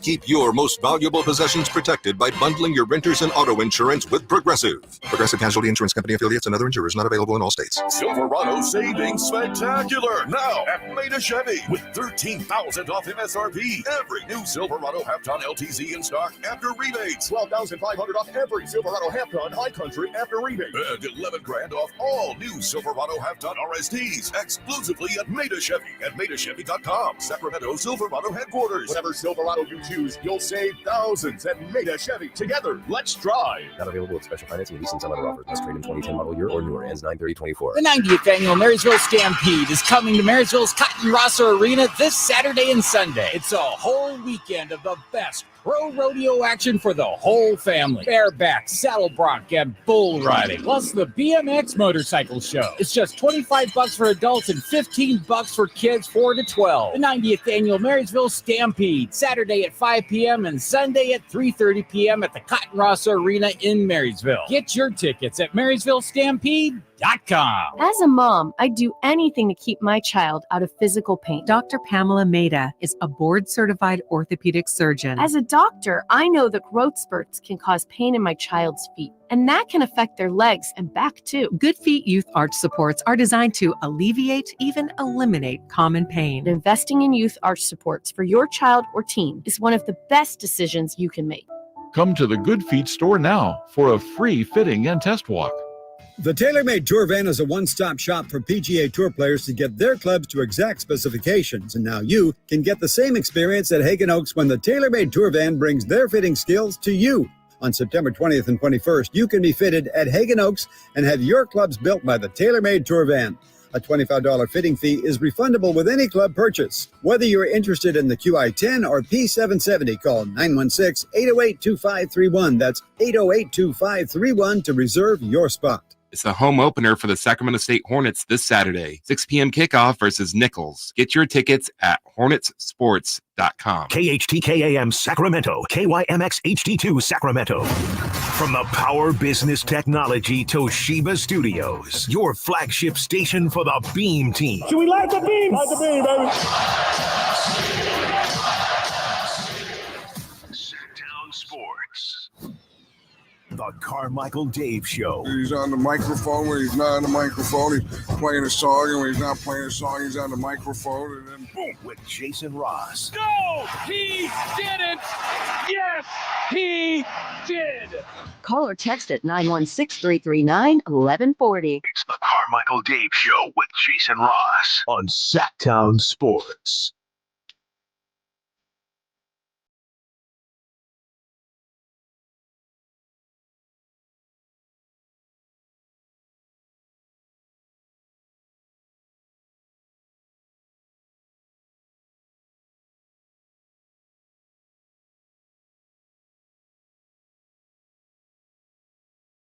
Welcome back.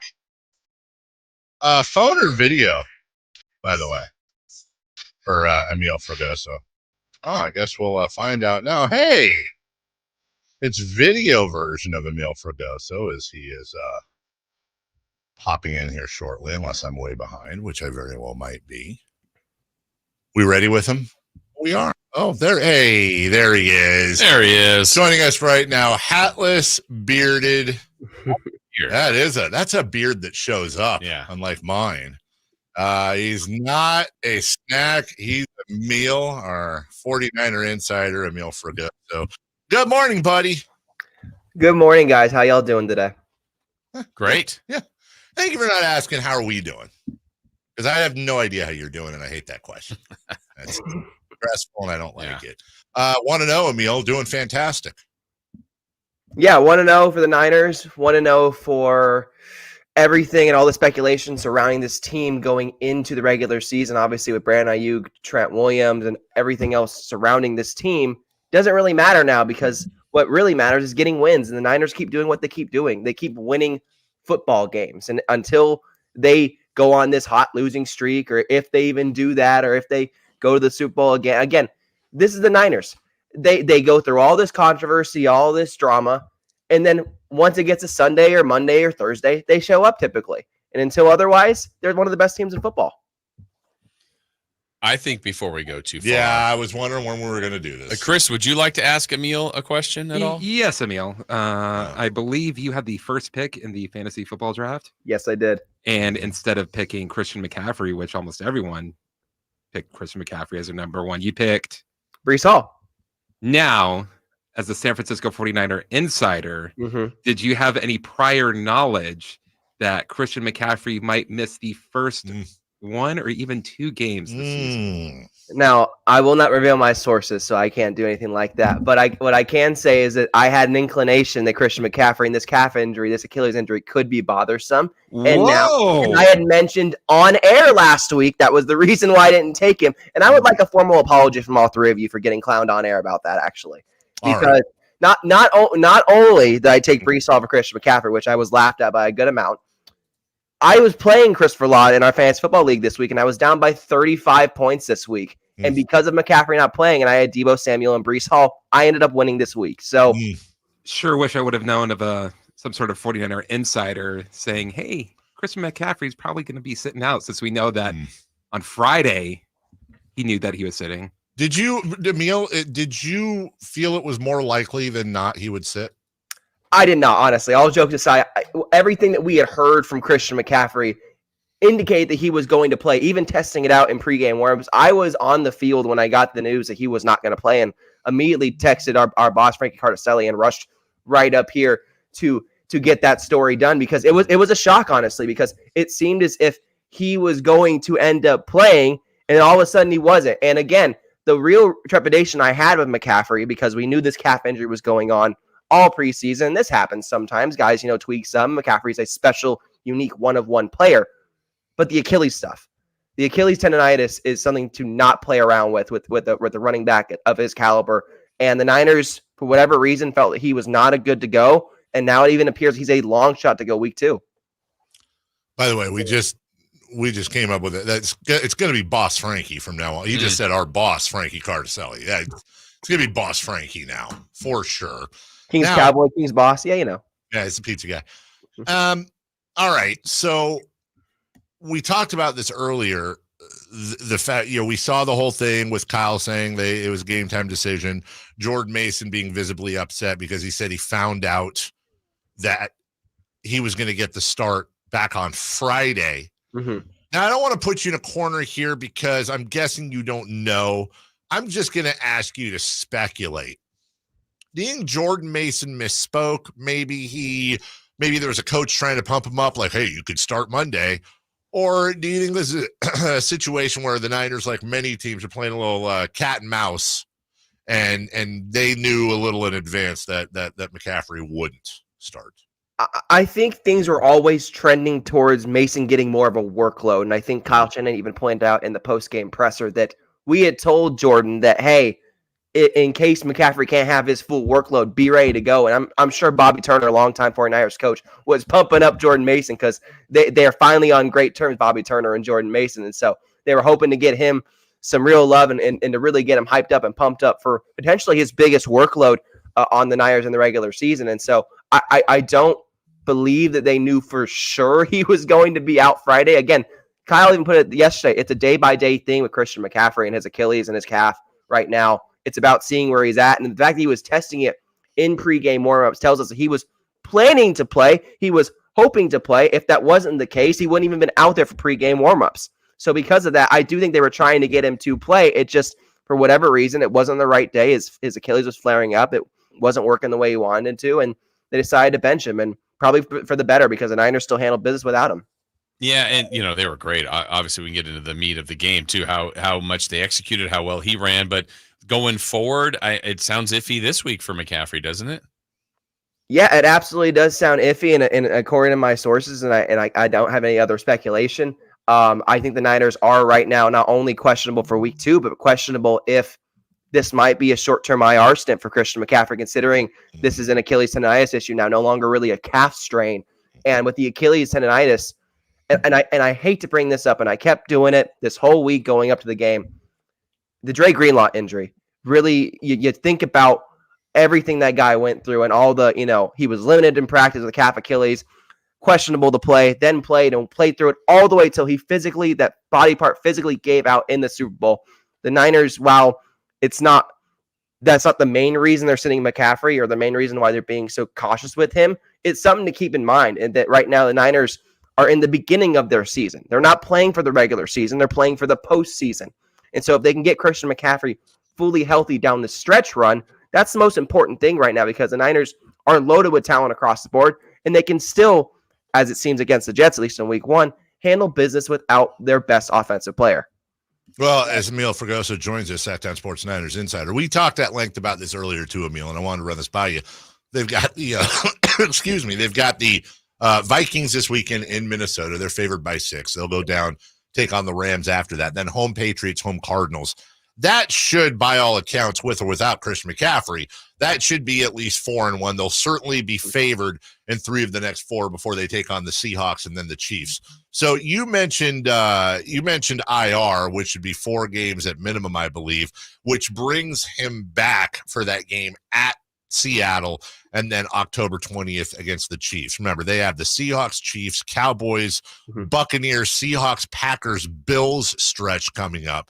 So when you think about it that way, especially with the performance of Jordan Mason, as I do a long run-on question, does it make more sense to you to put him on the IR and let him heal up and grab a roster spot? Or B, do you just continue, if you're Kyle Shanahan, to play the cat and mouse? Well, maybe he'll play, maybe he won't, leak what you want to leak, to understandably give the other teams a little bit of a back foot on their defensive preparations.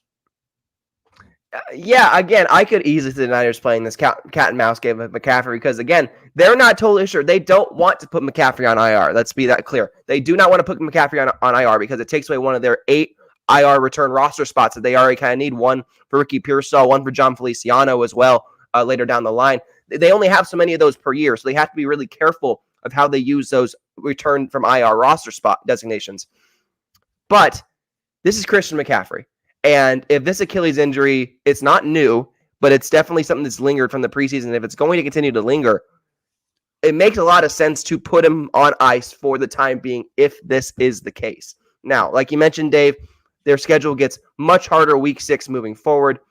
They can probably get through it. And again, the other thing we don't talk about a lot too, because McCaffrey is now playing at San Francisco, no longer in Carolina, artificial turf. Yeah. They play the next 2 weeks on artificial turf, Minnesota and Los Angeles against the Rams. McCaffrey has been well outspoken about this, how much he does not like artificial turf. It's one of the reasons why he had so many lower body injuries with the Carolina Panthers. He hasn't had that issue with the Niners because they play on real grass.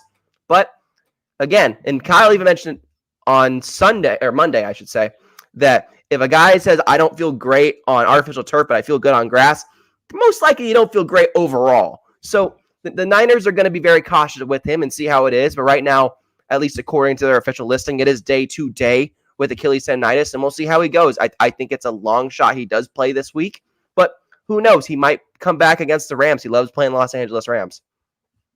Emil, I thought they just as a team, a collective, special teams, defense, offense, just looked really sharp. Maybe not the way they started a year ago against Pittsburgh, because that was right out of the gate, but after maybe a quarter or so, then they just really kicked in. What stood out to you the most about the victory on Monday?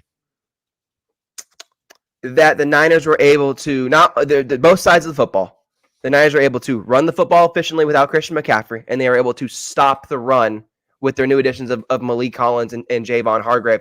The Niners have had massive issues with their run defense the last 16 games, last season especially, where they just were getting run over. They were getting, time of possession was getting controlled. They weren't playing Niners football to a degree. They were becoming more of a passing offense. And this was not the case. This was vintage Kyle Shanahan, vintage 49ers football, where they gave Jordan Mason 29 touches, 28 of them coming out of the backfield, which is, by the by, is more percentage of snaps than he's had besides week 17 when Christian McCaffrey was out last year. Gordon Mason had his biggest workload and handled it effectively. And not only that, they were doing it behind rookie right guard Dominic Pooney, and it was working. They were manhandling the Jets up front, where they had to switch to a 5 wide, and they still couldn't do it. They couldn't handle the Niners.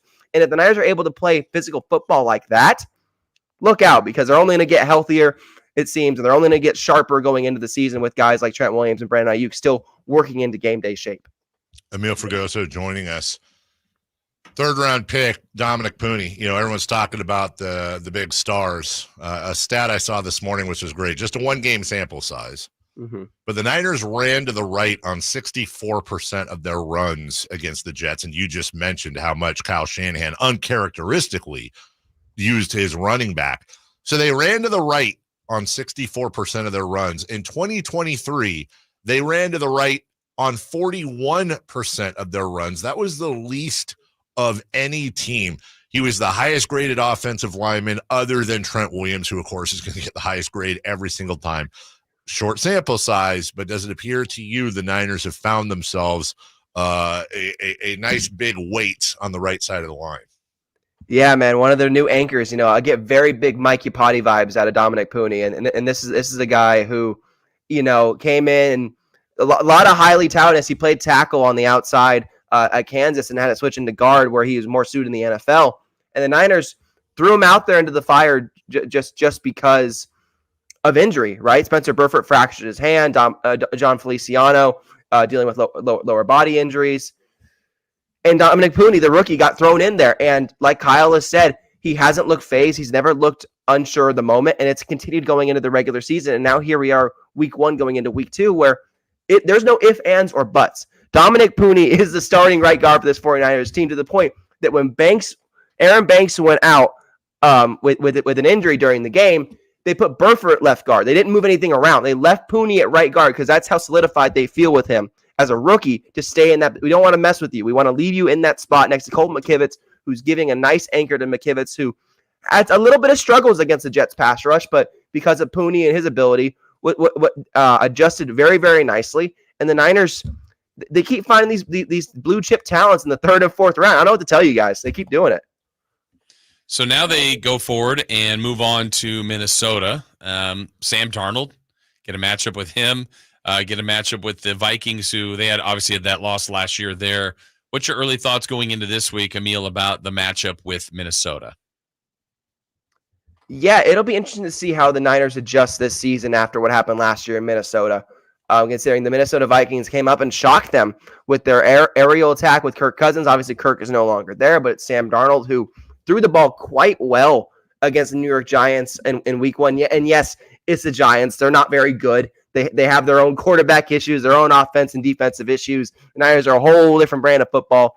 But the Vikings still showed enough to be like, okay, we have to take them a little serious right now because they put on a lot of points and they looked really good. And while Jordan Addison, who was a Niners torture last year, will not be playing in this game, it looks like, they still have other talented players, including Justin Jefferson. They still have Aaron Jones in the backfield. They still have a very good offensive line. So it's going to be a battle in the trenches and a battle of time of possession, just like it usually is for the Niners. And if they can control the game clock like they did against the Jets, 38-21 on the time of possession, they should have no problem. But then again, the Niners are better at home than they are on the road. At least it's what they've been the last few years. How about turning my mic? So going back to the whole McCaffrey thing, sort of. Everyone expected McCaffrey to start, and I would assume the Jets did. Yeah. So the Jets have a better defense than the Vikings, full stop. How much do we worry now that the Vikings have game tape and a full week to prepare for likely Jordan Mason? I mean, we're finding out on a Wednesday that almost certainly Mason will get the start again. How much do we worry about the Vikings solving Mason more than the Jets did? You know, that definitely is something to look at and to take into account because Jordan Mason hadn't had that kind of workload, hadn't had that kind of exposure even on the national stage. You know, a third-year player, undrafted running back out of Georgia Tech in 2022.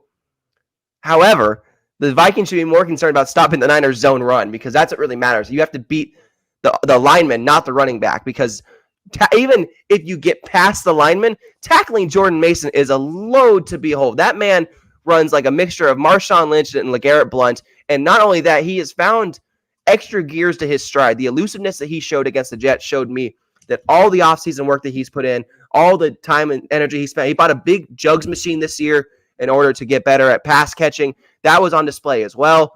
Jordan Mason looks like a complete 3-down back now, and I don't think he's just a traditional run-and-go guy anymore. So the Vikings will need to solve the offensive line in the zone scheme, and I do think that Kevin O'Connell understands Kyle Shanahan's philosophy and what he wants to do.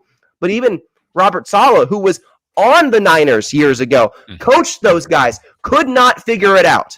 Couldn't figure it out, and they got dog-walked on national television week one, and that's the reality. So until you figure out how to beat the Niners O-line, that's the real problem. Dog walked. Good use of dog walk. Yeah, real good use of dog. Mollywops. Yeah. Yeah. Bat flapped. Boat raced. Yep. All right. All of them. Emil, I would say if I had, and I think when we talked to Sean Salisbury yesterday, one of the things he said, look, the Niners, they looked great. There's no reason to not think they're great. The only thing on Monday night that I would nitpick, I guess, is that they got a few more field goals than they probably wanted, but they made them all. I mean, offensively, they were great. Defensively, too. I guess we haven't talked too much on that. The fact that, Rodgers returned, but I thought he made a couple throws, but they did a good job on him. They did a decent job on Breece Hall. How do you think they did on the defensive end that game and going forward, too? Yeah, they did excellent. If not for the first 3 drives, which the Niners struggled with initially against the Jets, and they allowed them to take the lead initially, it was a real big test for Nick Sorensen, the new 49ers defensive coordinator, and I think he passed with flying colors. He adjusted very, very well to what the Jets are trying to do, and he allowed his players to just play their game, and Fred Warner to captain his defense. And Fred Warner, again, that engine does not tick without Fred Warner. That man was playing like a bat out of hell. He was going everywhere, flying everywhere. He was trying to make a point, and he did, not only with the punch out on Breece Hall, the fumble, but other things. And so the Niners defense, especially in the run game, if they can have that run defense stay as strong as it was, good Lord, look out. And then on the other side, Nick Bosa with Leonard Floyd, who had the most pressures out of any of the pass rushers. If he can just be Leonard Floyd of the past 10 years and just be consistent, he will easily be Nick Bosa's best defensive end running mate that he has had as a 49er in the NFL, I think. They are primed for a very, very big year because of the tandem and the working togetherness of this unit. And I think that goes back to Nick Sorensen and the Niners' philosophy that they're trying to reinstall. And like you mentioned, Jason, the Niners' offense did not play their best game. I think this can only get better from here, and that's a scary, scary thought. Demetrius Flanagan-Foles makes $1.9 million. Brock Purdy, we're talking about basic value, not necessarily their cap number. Because, for example, where are we with Purdy here? $934,000. Flanagan-Foles, $1.9 million. I'm doing this for a reason.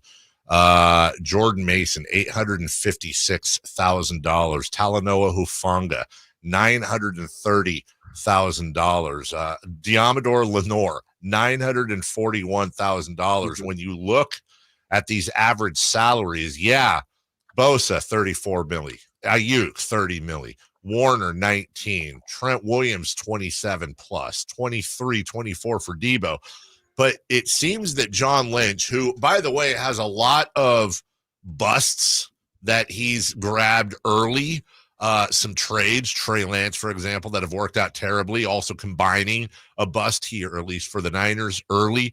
So John Lynch is quite the enigma, is he not? The Niners have this incredibly top-heavy roster, yet are probably the best in the league at finding the biggest bargains. John Lynch doesn't have necessarily the best record in the first couple of rounds, but boy, is he good at Mr. Irrelevance and third rounds and beyond. It really is kind of interesting when you break that down.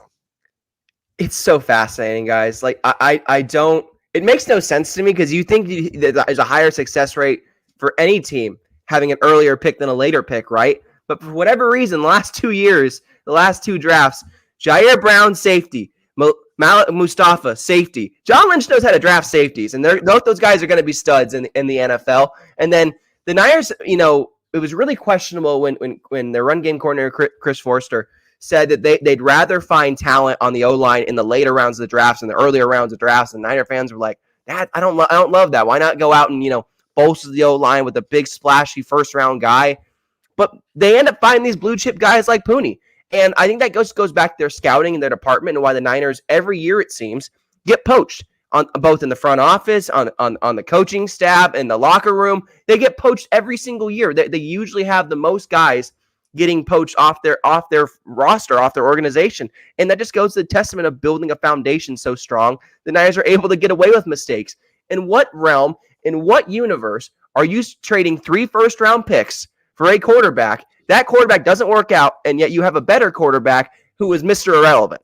What universe does that ever happen? It only happens for the Niners, and there can be a little bit of luck on your side, but the Niners know how to find talent and know how to find, hidden gems, as they say. He's not a snack, he's a meal. He's our insider, the bearded Emil Fragoso. It's a hardy beard. Fantasy football cheater? Yeah, well, remains to be seen, but hey, He's want to know. Hey, cheaters prosper. Yeah, they do. Whoever said cheaters never prospered. Yeah, right. Didn't cheat right. By the way, every single time Emil has been on this program this year, the 49ers have won a game. The impact of a meal. So we will hopefully continue that next week after Minnesota. Emil, we appreciate you. Thank you, buddy. Talk to you soon. Thanks, guys. Have a good one. Bye. Thank you. Emil's got his own drop. Yeah, it's perfect. Yeah, you've made it when Chris puts you in the drop zone. Chris probably wanted to change that a little bit. Yeah, I'll bet he did. Unfortunately, I suffered the impact of a meal. What is this guy? Hey, hello, Sacktown Sports on-screen phone call. Yeah, I'd like to get on the air. You are. Oh, with what's who? up? With Dave. Okay. With you. With me. Yeah. Yeah, you get Carmichael Dave. You like to talk a lot of mess about me on the air, I hear. My buddies tell. Who? This is Frank from Elk Grove. Who's Frank from Elk Grove? Calling me a delusional Raider fan. What? Do you know who this That's is? what my buddies. Hold on, Frank. Hold on. Does anybody else know who this is? It's Frank. Help me out. I know it's Frank from Elk Grove, but have we talked about him on the What air? I believe he's saying is that by you talking about the quote, Raiders, delusional Raiders fans, you're including Frank as an. I swear on my kids, I don't know who Frank. I'm saying that you're saying it overall to all Raiders fans. Oh, Frank, are you saying like when I call a Raider fan delusional, I'm talking about you, or are you saying I'm talking about like specifically? You're talking about all the Raiders, man. I'm on the air. I don't care. I'm listening to you. Okay, just don't swear. Air. Just don't swear. Just don't swear. You can say what you want, but don't swear. I'm not going to swear. Okay. I don't want to hear about the 49ers payroll. Why? What does that matter? Because we're the home of the 49ers. The Raiders are in Nevada. We all know we all know the 49ers win during the year, but your boy Kyle Shanahan, a.k.a. Rat Boy, like his father, can't win the big game. Yeah, well, the Raiders haven't won a playoff game since before the iPhone. So what? What do you mean, what? The Raiders are terrible. They're horrible. You can't even beat the Chiefs. At least you can't even get to the Chiefs won a Super Bowl on the only playoff game that's been played at your stadium. That's how bad your team is. That's embarrassing. And who's the last team to beat the Chiefs, Dave? Dude, that's awesome. You beat the Chiefs in the regular season. How'd you do in the playoffs? This is what I'm talking about, delusional, and I'm saying it to you. And the Niners beat the Chiefs. They got smoked during the regular season. Yeah, and so what? They made the Super Bowl. They made the Super Bowl. You haven't won a playoff game since 2002, and you're talking garbage. You've been to 3 straight Super Bowls. No, we haven't. No, we haven't been to 3 straight Super Bowls. Good knowledge. 2 to the Chiefs and 1 to Baltimore. You're 0-3. That's not 3 straight Super Bowls. And the 3 last Super Bowls you guys been in, you guys haven't won a Super Bowl. That we've been there. What was the last Super Bowl you went to? Before it used to be, we're in the Super Bowl. We're 4-0. At least we don't lose when we go. We were 5-0, but good knowledge. 5-0. No, now when you go, you can't even win. When was the last time you went? It doesn't matter. It doesn't matter. This is what I'm talking about. You're proving my point about being a delusional Raider fan. And then your next subject, you're over here ripping Fisher. Yeah. In the A's. Yeah. Because he doesn't want to. Not in the A's. I'm just ripping Fisher. And if you listen to 970 in Bay Area, they were talking about the same thing that you said about the reason there's going to be no playoff baseball at Rayleigh Field is because if the A's make the playoffs, and they're going to make the playoffs next year. I hope they do. They're going to win the West next year. That'd be great. Okay, they're going to play at Oracle Park. I think that's probably the odds-on favor. But where do we just detour here? No, and if the Giants and them both make it, one will start on the road and one will start it in the playoffs. Okay, see, that's a perfect. I'm just saying, and then you're sitting there. Yesterday I'm at work and I got to listen to your buddy Watkins and Styles and Watkins. Yeah, they're great. They're the fastest growing midday show in the city. Yeah, and then I got to listen to this Watkins guy that shows how much of a moron he is. Why? I don't think the Raiders will score over 10 points all year. Well, that's just hyperbole. They will. Why would he say an idiotic comment like that? To get people like you riled up. What did he say? Well, let me ask you this, Frank. What did he say right after that? I don't care, man. No, but what did he say right after that? Do you remember? Because I know you were listening. He said he was kidding. There you go. You listened. That's the point. Okay, but here's the whole thing. I know it. All Raider fans know it. ESPN 1140. Yes, ESPN 1140. No, I've been saying 1140. That's right. And ESPN the station. Yeah. You guys are all Raider haters. I'm not a Raider hater. You guys do. Frank, I'm not a Raider hater. You're not a Raider hater, Dave. Frank, let me. You're not a Raider hater. Every chance you wouldn't get, you would insult us. That's right, because you suck. The team sucks. Let me tell you a quick story, Frank, if I can. We're way late for break. I'm going to tell you a really quick story. I've told on the air before. You probably haven't heard.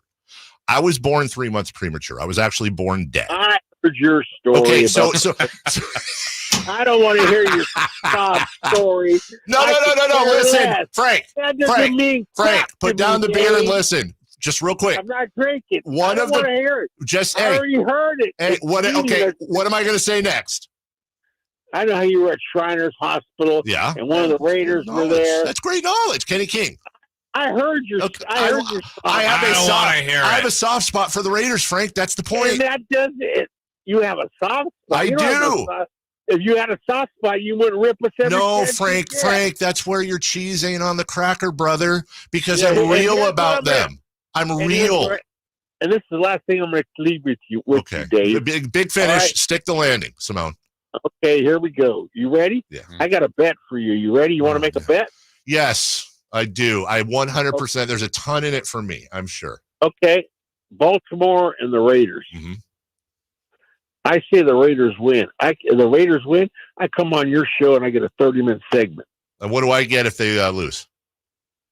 I'll give you $200. We literally charge thousands of dollars for a 30-minute segment on the weekends. I'm not asking. I don't want your money. How about if I win? If the Raiders win, you got to go 2 weeks without saying a bad thing about the Raiders. Okay, but what if they lose? What's in it for me? Well, what do you want? Tell me. What do I want? Elk Grove. I want you down here in the Niner jersey of my choice, washing my car. I am not putting a 49er. I would rather wipe my butt with a 49er jersey. But I want to come in on your show for 30 minutes. No, I'm not putting a Niner jersey. But hold on, you're not going to have to. Baltimore's going to lose. Come on, Raiders. Commitment to excellence. Where's your, come on. I am not wearing a Niner jersey. All right. I cannot do that. You won't have to. The Raiders are going to win, Frank.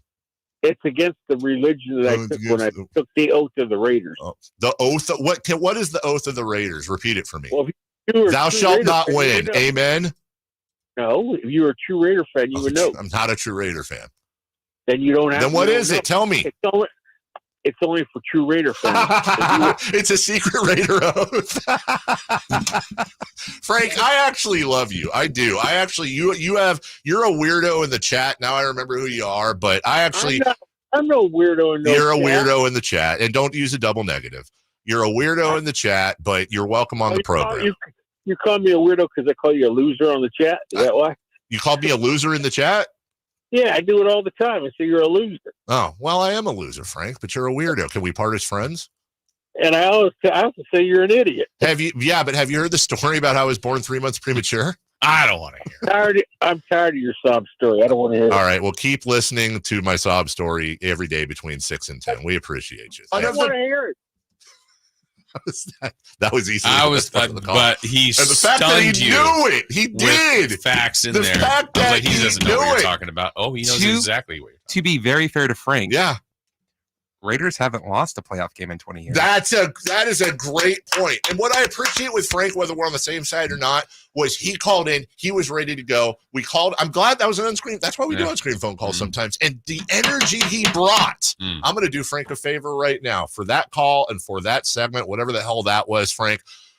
I want to help you stay warm this fall during all your ridiculous losses and excuses while you recite the Raider oath that's secret to everybody but true Raider fans. And my friends at American Energy Heating and Air are going to help you stay warm by making sure your system is operating safely. So now, Frank, now's the time to take advantage of the 49er fall tune-up. That's right, $49. It's regularly $119. And that includes full safety and duct inspection. Not a duck, Frank, like whack, whack, your duct in your house. And if your system's over 10 years old, the tune-up, it's on them. Give American Energy a call. There's right now $50 off your first recommended repair. Or if you need a new furnace, half price off a new unit. Unlike your Raiders, Frank, American Energy will help you win this fall with nice warmth to just keep you comfortable while you're getting shellacked by the AFC. 916-520-9990. That's 916-520-9990 or AmericanEnergyAir.com. Check them out at the AEWay.com as well for a instant quote. And you tell them Dave and Frank sent you. We'll take a break. When we come back, a very quick what to watch. Actually, are we just going into Styles Watkins? We're going to have to talk for a minute. Yeah, okay. We're going to talk to him there because Frank, we went long with Frank. By we, I mean me. We'll be back after this. What's the missing piece for the 49ers? Which names will they add during free agency? Whether it's in season or off season, the coverage never stops. Get the latest 49ers news on Sacktown Sports and SacktownSports.com. All guests come to you from the Folsom Lake Honda Hotline. Folsom Lake Honda, your one-stop Honda shop. Subscribe to Sacktown Sports on YouTube and watch the Carmichael Dave Show with Jason Rpss, Styles and Watkins, and the Drive Guys. Live Monday through Friday from 6 to 6. Plus view archive shows and exclusive content. Subscribe at youtube.com/Sacktown Sports. Sacramento weather is brought to you by Folsom Lake Kia. I'm Tamara Berg in the KCRA 3 Weather Center. It is Wednesday. We're looking at mostly sunny skies and a nice and cool start out there for the morning. Into the afternoon, expect to have sunshine, a bit of a breeze as well, with highs peaking in the mid to upper 80s. Get the latest forecast on the KCRA 3 News and the KCRA 3 app. DC here for Folsom Lake Kia, where they make car shopping easy with a huge selection of new Kia models, low payments, and zero down deals with approved credit. Folsom Lake Kia, your trusted dealer in Folsom for over 25 years. FolsomLakeKia.com. I'm Ken Korak with your Green and Gold Report, brought to you by Xfinity Mobile. Connect to the most reliable 5G network nationwide. Well, home runs have been a big story for the A's as they hit 16 on the recent road trip, and they picked it up back at home on Labor Day with 2 by Shea Langoliers, including a walk-off, giving him 25 for the year, including 24 while catching. In the long history of the A's franchise, only Terry Steinbach hit more while behind the plate. He hit 34 back in '96. Want to save on some of the biggest names in streaming on the network made for streaming? Now through September 21st, get 150 megabit Xfinity internet for 12 months with a 1-year contract. And for just $15 a month, add the new Stream Saver. That includes Peacock, Apple TV Plus, and Netflix for just $35 a month. Switch at Xfinity.com today. Restrictions apply. Requires paperless billing and auto pay with stored bank account. Equipment, taxes, and fees extra. After promo, regular internet rate supply. Currently $54 a month. Actual speeds vary. Stream Saver requires Xfinity internet or TV and price subject to change. I've always believed that golf is more than just a game. It embodies integrity, commitment, and a sense of style. Hi, this is Frank LaRosa, and I'd like to tell you a bit about Naturewood Home Furnishings, a business that shares these same values. With the Procore Championship Professional Golf Tournament happening at the stunning Silverado Resort in Napa, I couldn't help but notice the parallels. Just like the game of golf, Naturewood has built its reputation on integrity, commitment, and timeless style. Looking to bring a unique style into your home? Naturewood offers custom certified designers who can help you craft the perfect look tailored just for you. And while you're enjoying the elegance of the tournament this week, along with Napa's world-class wine and food, be sure to visit Naturewood Home Furnishings. You'll discover pieces with the same sophistication and quality as the game itself. Who knows? You might even find an heirloom that will be passed down for generations. Naturewood Home Furnishings, off Highway 50 at Hazel. Just look for the water wheel. Only one radio program captures the excitement of hunting and fishing as it happens. The award-winning California Sportsman with Sepp Hendrickson. Only California Sportsman takes you where the action is, live on the water, live in the blind, and live with the top pros and experts in outdoor sports. California Sportsman with Fishing Hall of Famer Sepp Hendrickson is your premier destination for all things outdoors. Sepp's Saturday Morning Outdoors. Ultimate Bass and California Sportsman, 5 a.m. to 8 a.m. Saturdays on Sacktown Sports 1140.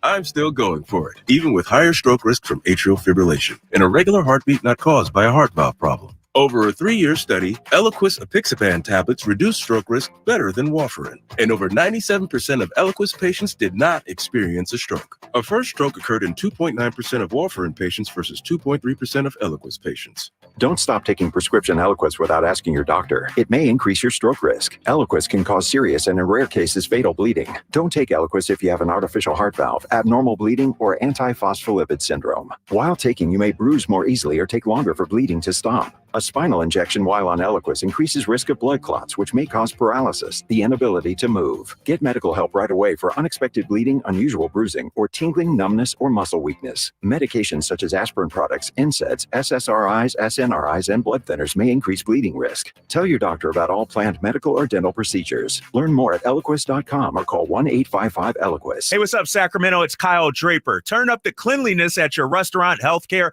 or industrial business with Alsco Uniforms, the official sponsor of the Sacramento Kings Mop Crew. We've got you covered with crisp uniforms, hygienically clean linens, floor mats, and of course, mops delivered weekly. But that's not all. Alsco Uniforms also offers weekly services for first aid and restroom supplies. Discover why it pays to keep clean with Alsco Uniforms. Just go to alsco.com to learn more. Again, that's ALSCO.com. Jerry and Kenny here from Bell Brothers. And if you've even thought of replacing your old, outdated, inefficient windows, now is the time to take action. Right now at Bell Brothers, when you buy one window, you'll get the second one for 30% off. That's right. Buy one, get the second one 30% off. That's real savings, up to $6,000. You have to buy at least 4 windows to qualify, and you can't mix windows and doors. But beyond that, every second window is 30% off. For example, when you buy 10 windows, you will get 5 windows at 30% off. We also have 0% interest financing available for qualified buyers. Call for details. To take advantage of our buy one, get one 30% off sale, Call Bell Brothers now at 916-444-1234 or find us online at theNoSurpriseGuys.com. The No Surprise Guys, Bell Brothers. For most of the people that walk in our store, it's been an ongoing, nonstop issue, and they're finally walking into the Good Feet store. Okay, the guy that came into my store last year that has had plantar fasciitis for 30 years. I looked at him, I said, "Are you kidding me? I've been here for 14. Where have you been?" I helped relieve a problem that's plagued him for 30 years. I mean, how do you not go home and talk about that? Come to the Good Feet store now for a free fitting and test walk. Where do you go when you need someone to represent you? For me, you want someone that is local and that you can actually get to and talk with. There are plenty of big branded lawyers out there with the name, but you never get to talk to them. So go to saclegaldefense.com and get with the law offices of Jonathan Gonzalez. He's local, he'll represent you, and he'll have your back. Whether it's expungements, wrongful termination, when you're in a spot when you need legal help, call the law offices of Jonathan Gonzalez at 916-304-9187. Sacramento, Dirk Bentley's coming to town. Getting drunk on a plane. For his only show in California this year, Saturday, September 28th at Heart Health Park for Country in the Park 2. What was I thinking? And he's bringing some friends. Carmichael. I want to close your eyes for this. And more. Saturday, September 28th at Heart Health Park. Get your tickets today before they're sold out at CITPFest.com. Brought to you by the California Army National Guard and Red's Pizzeria and Tap House. It's time for the news of the day. The latest headlines, the biggest stories, hard-hitting analysis. Yeah, this is none of those things. And now, here's Carmichael Dave and Jason Rpss. Yeah, there we go. Yeah. There's a buzz in the room. Cranky Frankie, the king of the Raider fans. If I could concoct a phone representative for Raider Nation, it would 100% be Frank. Don't do that. Don't do that. Story. I don't want to hear it. The best part of that was that he backed it up with, "Yeah, I know, it's Kenny King." If we could have paused, I would have put all the money out. He does not know. Same thing. You got to respect it. It's a perfect. I've heard that. You know what else? We're beating the Ravens. I want to bet 30 minutes on your show. What do you want? Wash my car to Niner jersey. I'm not doing that. I'd rather white my butt. Okay, Frank. I'll call Chris a moron. Yeah. Said 20 points. What am I fake? I'm a fake Raider. Why would you? I think if I get into my Raider translator on Google, I think you're a fake fan. I'm guessing maybe you didn't pick them to win, or you criticize them after the Charger game, which, as we all know, a real fan would never do. Raider Nation until I die. That's right, because they're not going to lose another game. Have you taken the Raider oath? No. Blood oath? It's a secret Raider oath that he took. And if you don't bleed black and silver, you're out. Yeah. Over under on Raider tats Frank has. I'm going to say 6.5. I'm going to get one. I was going to get one of my daughter, but instead I'm going to get him. I'm going to put. She's just going to be the face of the Raider. You're getting one of Frank? That's right. Yeah. There's one thing I want to paint my body with. It's the logo of a team that hasn't won a playoff game since the iPhone was invented. That doesn't matter. Yeah, it doesn't matter. Shador's coming.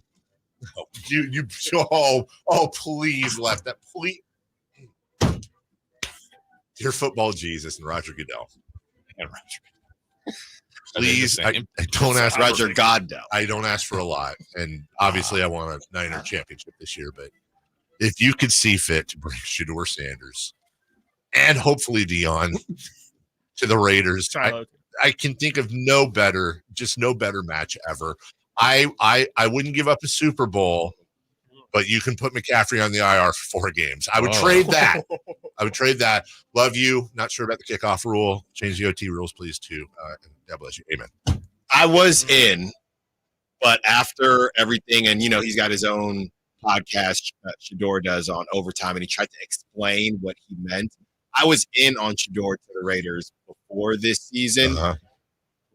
That's not a leader of men. Is there any truth? Well, yeah, because he threw his O-line under the bus. He should have got Spencer Rattler. Now that's a leader of men. Is there any truth to the rumor that Dion demanded that instead of the Colorado fight song? No, they asked him that. He said that was ridiculous. That was okay. Because the rumor was that after a Shedeur Sanders touchdown, they had to play his song. Hip hop. Yeah, what I saw was hip hop. Like generic. What I thought about was just when you YouTube right for your media reel generic hip hop. Hip hop instrumental. Yes, that's right. Hip hop started at the park. You made us all watch that yesterday. Shout out Hannibal Dave Buress. is the guy, by the way, just for the audience. I never liked Dave is the guy. Dave is the guy. You know when somebody asks you, have you seen something? Yeah. And then you say yes. And then they proceed to show you Did anyway. you say yes? That we all said yes. Hold on a second. And we have 5 minutes in between shows. Hold on. I got to show you this. Didn't you, hold on, correct me if I'm wrong, and everyone be honest here. Didn't it actually go where I asked you if you guys saw the Hannibal Buress hip hop thing and you said no, and then after it started playing, you said, oh, I've seen that. That's right. Okay, Maybe. Let's be fair, Frank. But you kept it playing. Well, yeah, it was 10 seconds. It was funny. What do you say? I'm tired of your stop story. I don't want to hear. How long was that call? Oh, it was too long. Yeah. I tried to tell Chris that's what happened to me on Monday. I mean, it's one of those things where we had to break, but that was just, you couldn't. That was just, sometimes Like in radio, it just pops up. Don't say cats. Come on, don't get political. Got to. Nice shirt, Purple Rain. Thank you. REIGN is how they should spell it, though. That used to be a Kings slogan. Well, it makes sense now, and that's why Rain Fox is here. That's right. Purple Rain Fox. Never thought of that. You see the shoes? Yeah. Oh. That's how the shoes. You like the logo? Does it look like I a love fox the logo. suit? I do love the logo. Everybody likes the logo. It looks like it looks like a genie to me. I want to support it. It's like it reminds me of that Pokemon. The purple Pokemon. Because you're the only one that would know. The Pokemon, Chris. The purple Pokemon. You moron. It's like a skinny Ghastly. Whatever that Pokemon's name is. That was absolutely insane. It's like a skinny Nate would know. I know Pikachu. It looked, yeah. I don't know it's any like other a purple. Pokemon. It's like a smelly Pokemon. A smelly? How do you know it's smelly? Yeah. Because his name is Ghastly or something. Oh, I got you. Don't worry, I'll find it. What was I going to ask you? Oh, yeah, the Fox thing. So I like the logo. I like the shoe.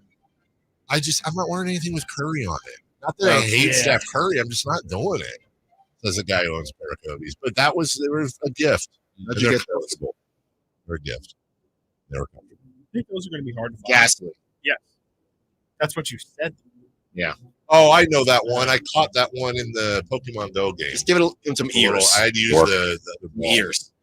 Celebrity birthdays are always brought to you by our friends at Crumble Cookies and more. Meant to be spent with family and friends. Birthdays are. And nothing, absolutely nothing, brings family and friends together better than Crumble Cookies. Now, some of you out there might say, well, what about a funeral? But that's better. That's not better than, that's worse than Crumble Cookies. I had somebody tweet me that the other day. Oh, funeral brings family and friends together. First off, that's just sad. It's not picks me up. Secondly, what kind of slogan would that be? You could bring Crumble Cookies to a celebration of life.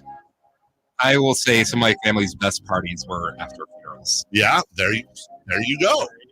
Nothing brings them together. Way to get dark. Salad cheese. We're having a nice fun segment. Ghastly.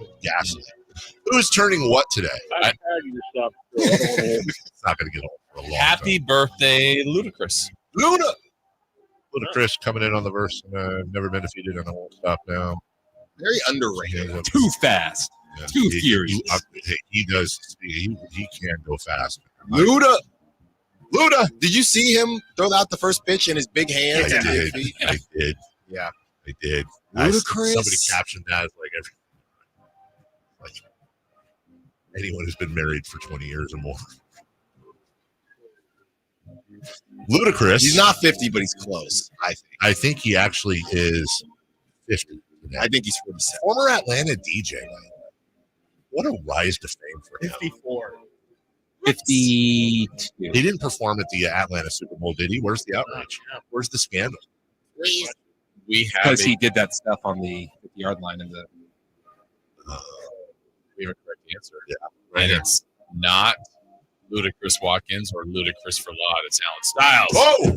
How old is he? 47. Oh, younger than Wow. Chris. Told you. Luda. Taraji P. Henson. Oh, you know what? I always go first on these. I'm going to turn it over to Chris. I'll do it. Or Alan. I think Taraji is 55. That's close. I'm going to say 54. I'll say 57. 52. We have a correct answer. It paid to go second for Carmichael Dave. Damn. Knows that Taraji P. Henson, excuse me, turning 54 today. Benjamin Button. Harry Connick Jr. Well, he should. Harry Connick. Harry LACJ, as I call him. Oh, God, I think he's in Independence Day. 63. 65. He's like more like Harry Connick Sr. now. Right. 59. Chris was the closest, 57 for Harry Connick. Have you ever dropped a junior? Yeah, when you get to a certain point, you're not calling an old guy junior is weird. I think when senior's no longer with us. Like let's say Alan AJ. Is it when your dad dies? I think maybe that's. I don't know. Then you become a senior. That's how it works. I've always wondered too. I've always wondered why aren't there any girl juniors? Like my mom's name. Oh, you were asking about. You were asking about Kreishan Rock and Blueface. Blueface, yeah. Their son. Well, this is different, but I think she named him after her, but said June. Really? Okay. My friend's sister was named after her mother. But is she Abigail Smith Jr. or just Abigail Smith? I think just Abigail. Yeah. Smith. Why don't they get? Why can't girls get juniors? Weird. All right. Who's next? Happy birthday, Sean Livingston. Never missed a midi with the Warriors, not one time. Midi with the witty. Sean is 41. He played for a while. He's 43. 42. He is 40. Christopher Love, the closest, 39. Sorry. And Ed Reed. Now that is a salt and pepper situation. Or salt and pepper. Ed Reed is 45. You see what he said about Mahomes? Easy read. Pun intended. I'm on a roll today. How would you say 45? I think his hair makes him look a little. His hair makes him look 73. He's 43. 40. 45. 245s, 46 and 43. We have a correct answer, and it goes to Chris Watkins, 46. Anybody else go back ever and watch Ray Lewis intros? Yeah. I have. That's like a YouTuber. It's a pick-me-up every once in a Brian while. Dawkins. His final one. Heavily recommend Brian Dawkins. Brian Dawkins. Incredible. What was that? Sorry? I'm tired of your stuff still. I don't want to hear. Yes, for Frank. It's for Frank, for Chris, for everybody else, for Emil, for Jason Rpss, Carmichael Dave, signing off our version of ESPN 1140. We'll be back tomorrow at 6. You guys missed that part. Right here on Sacktown Sports. Trying to find out where to catch your favorite team's games? Are you a fan of the Kings?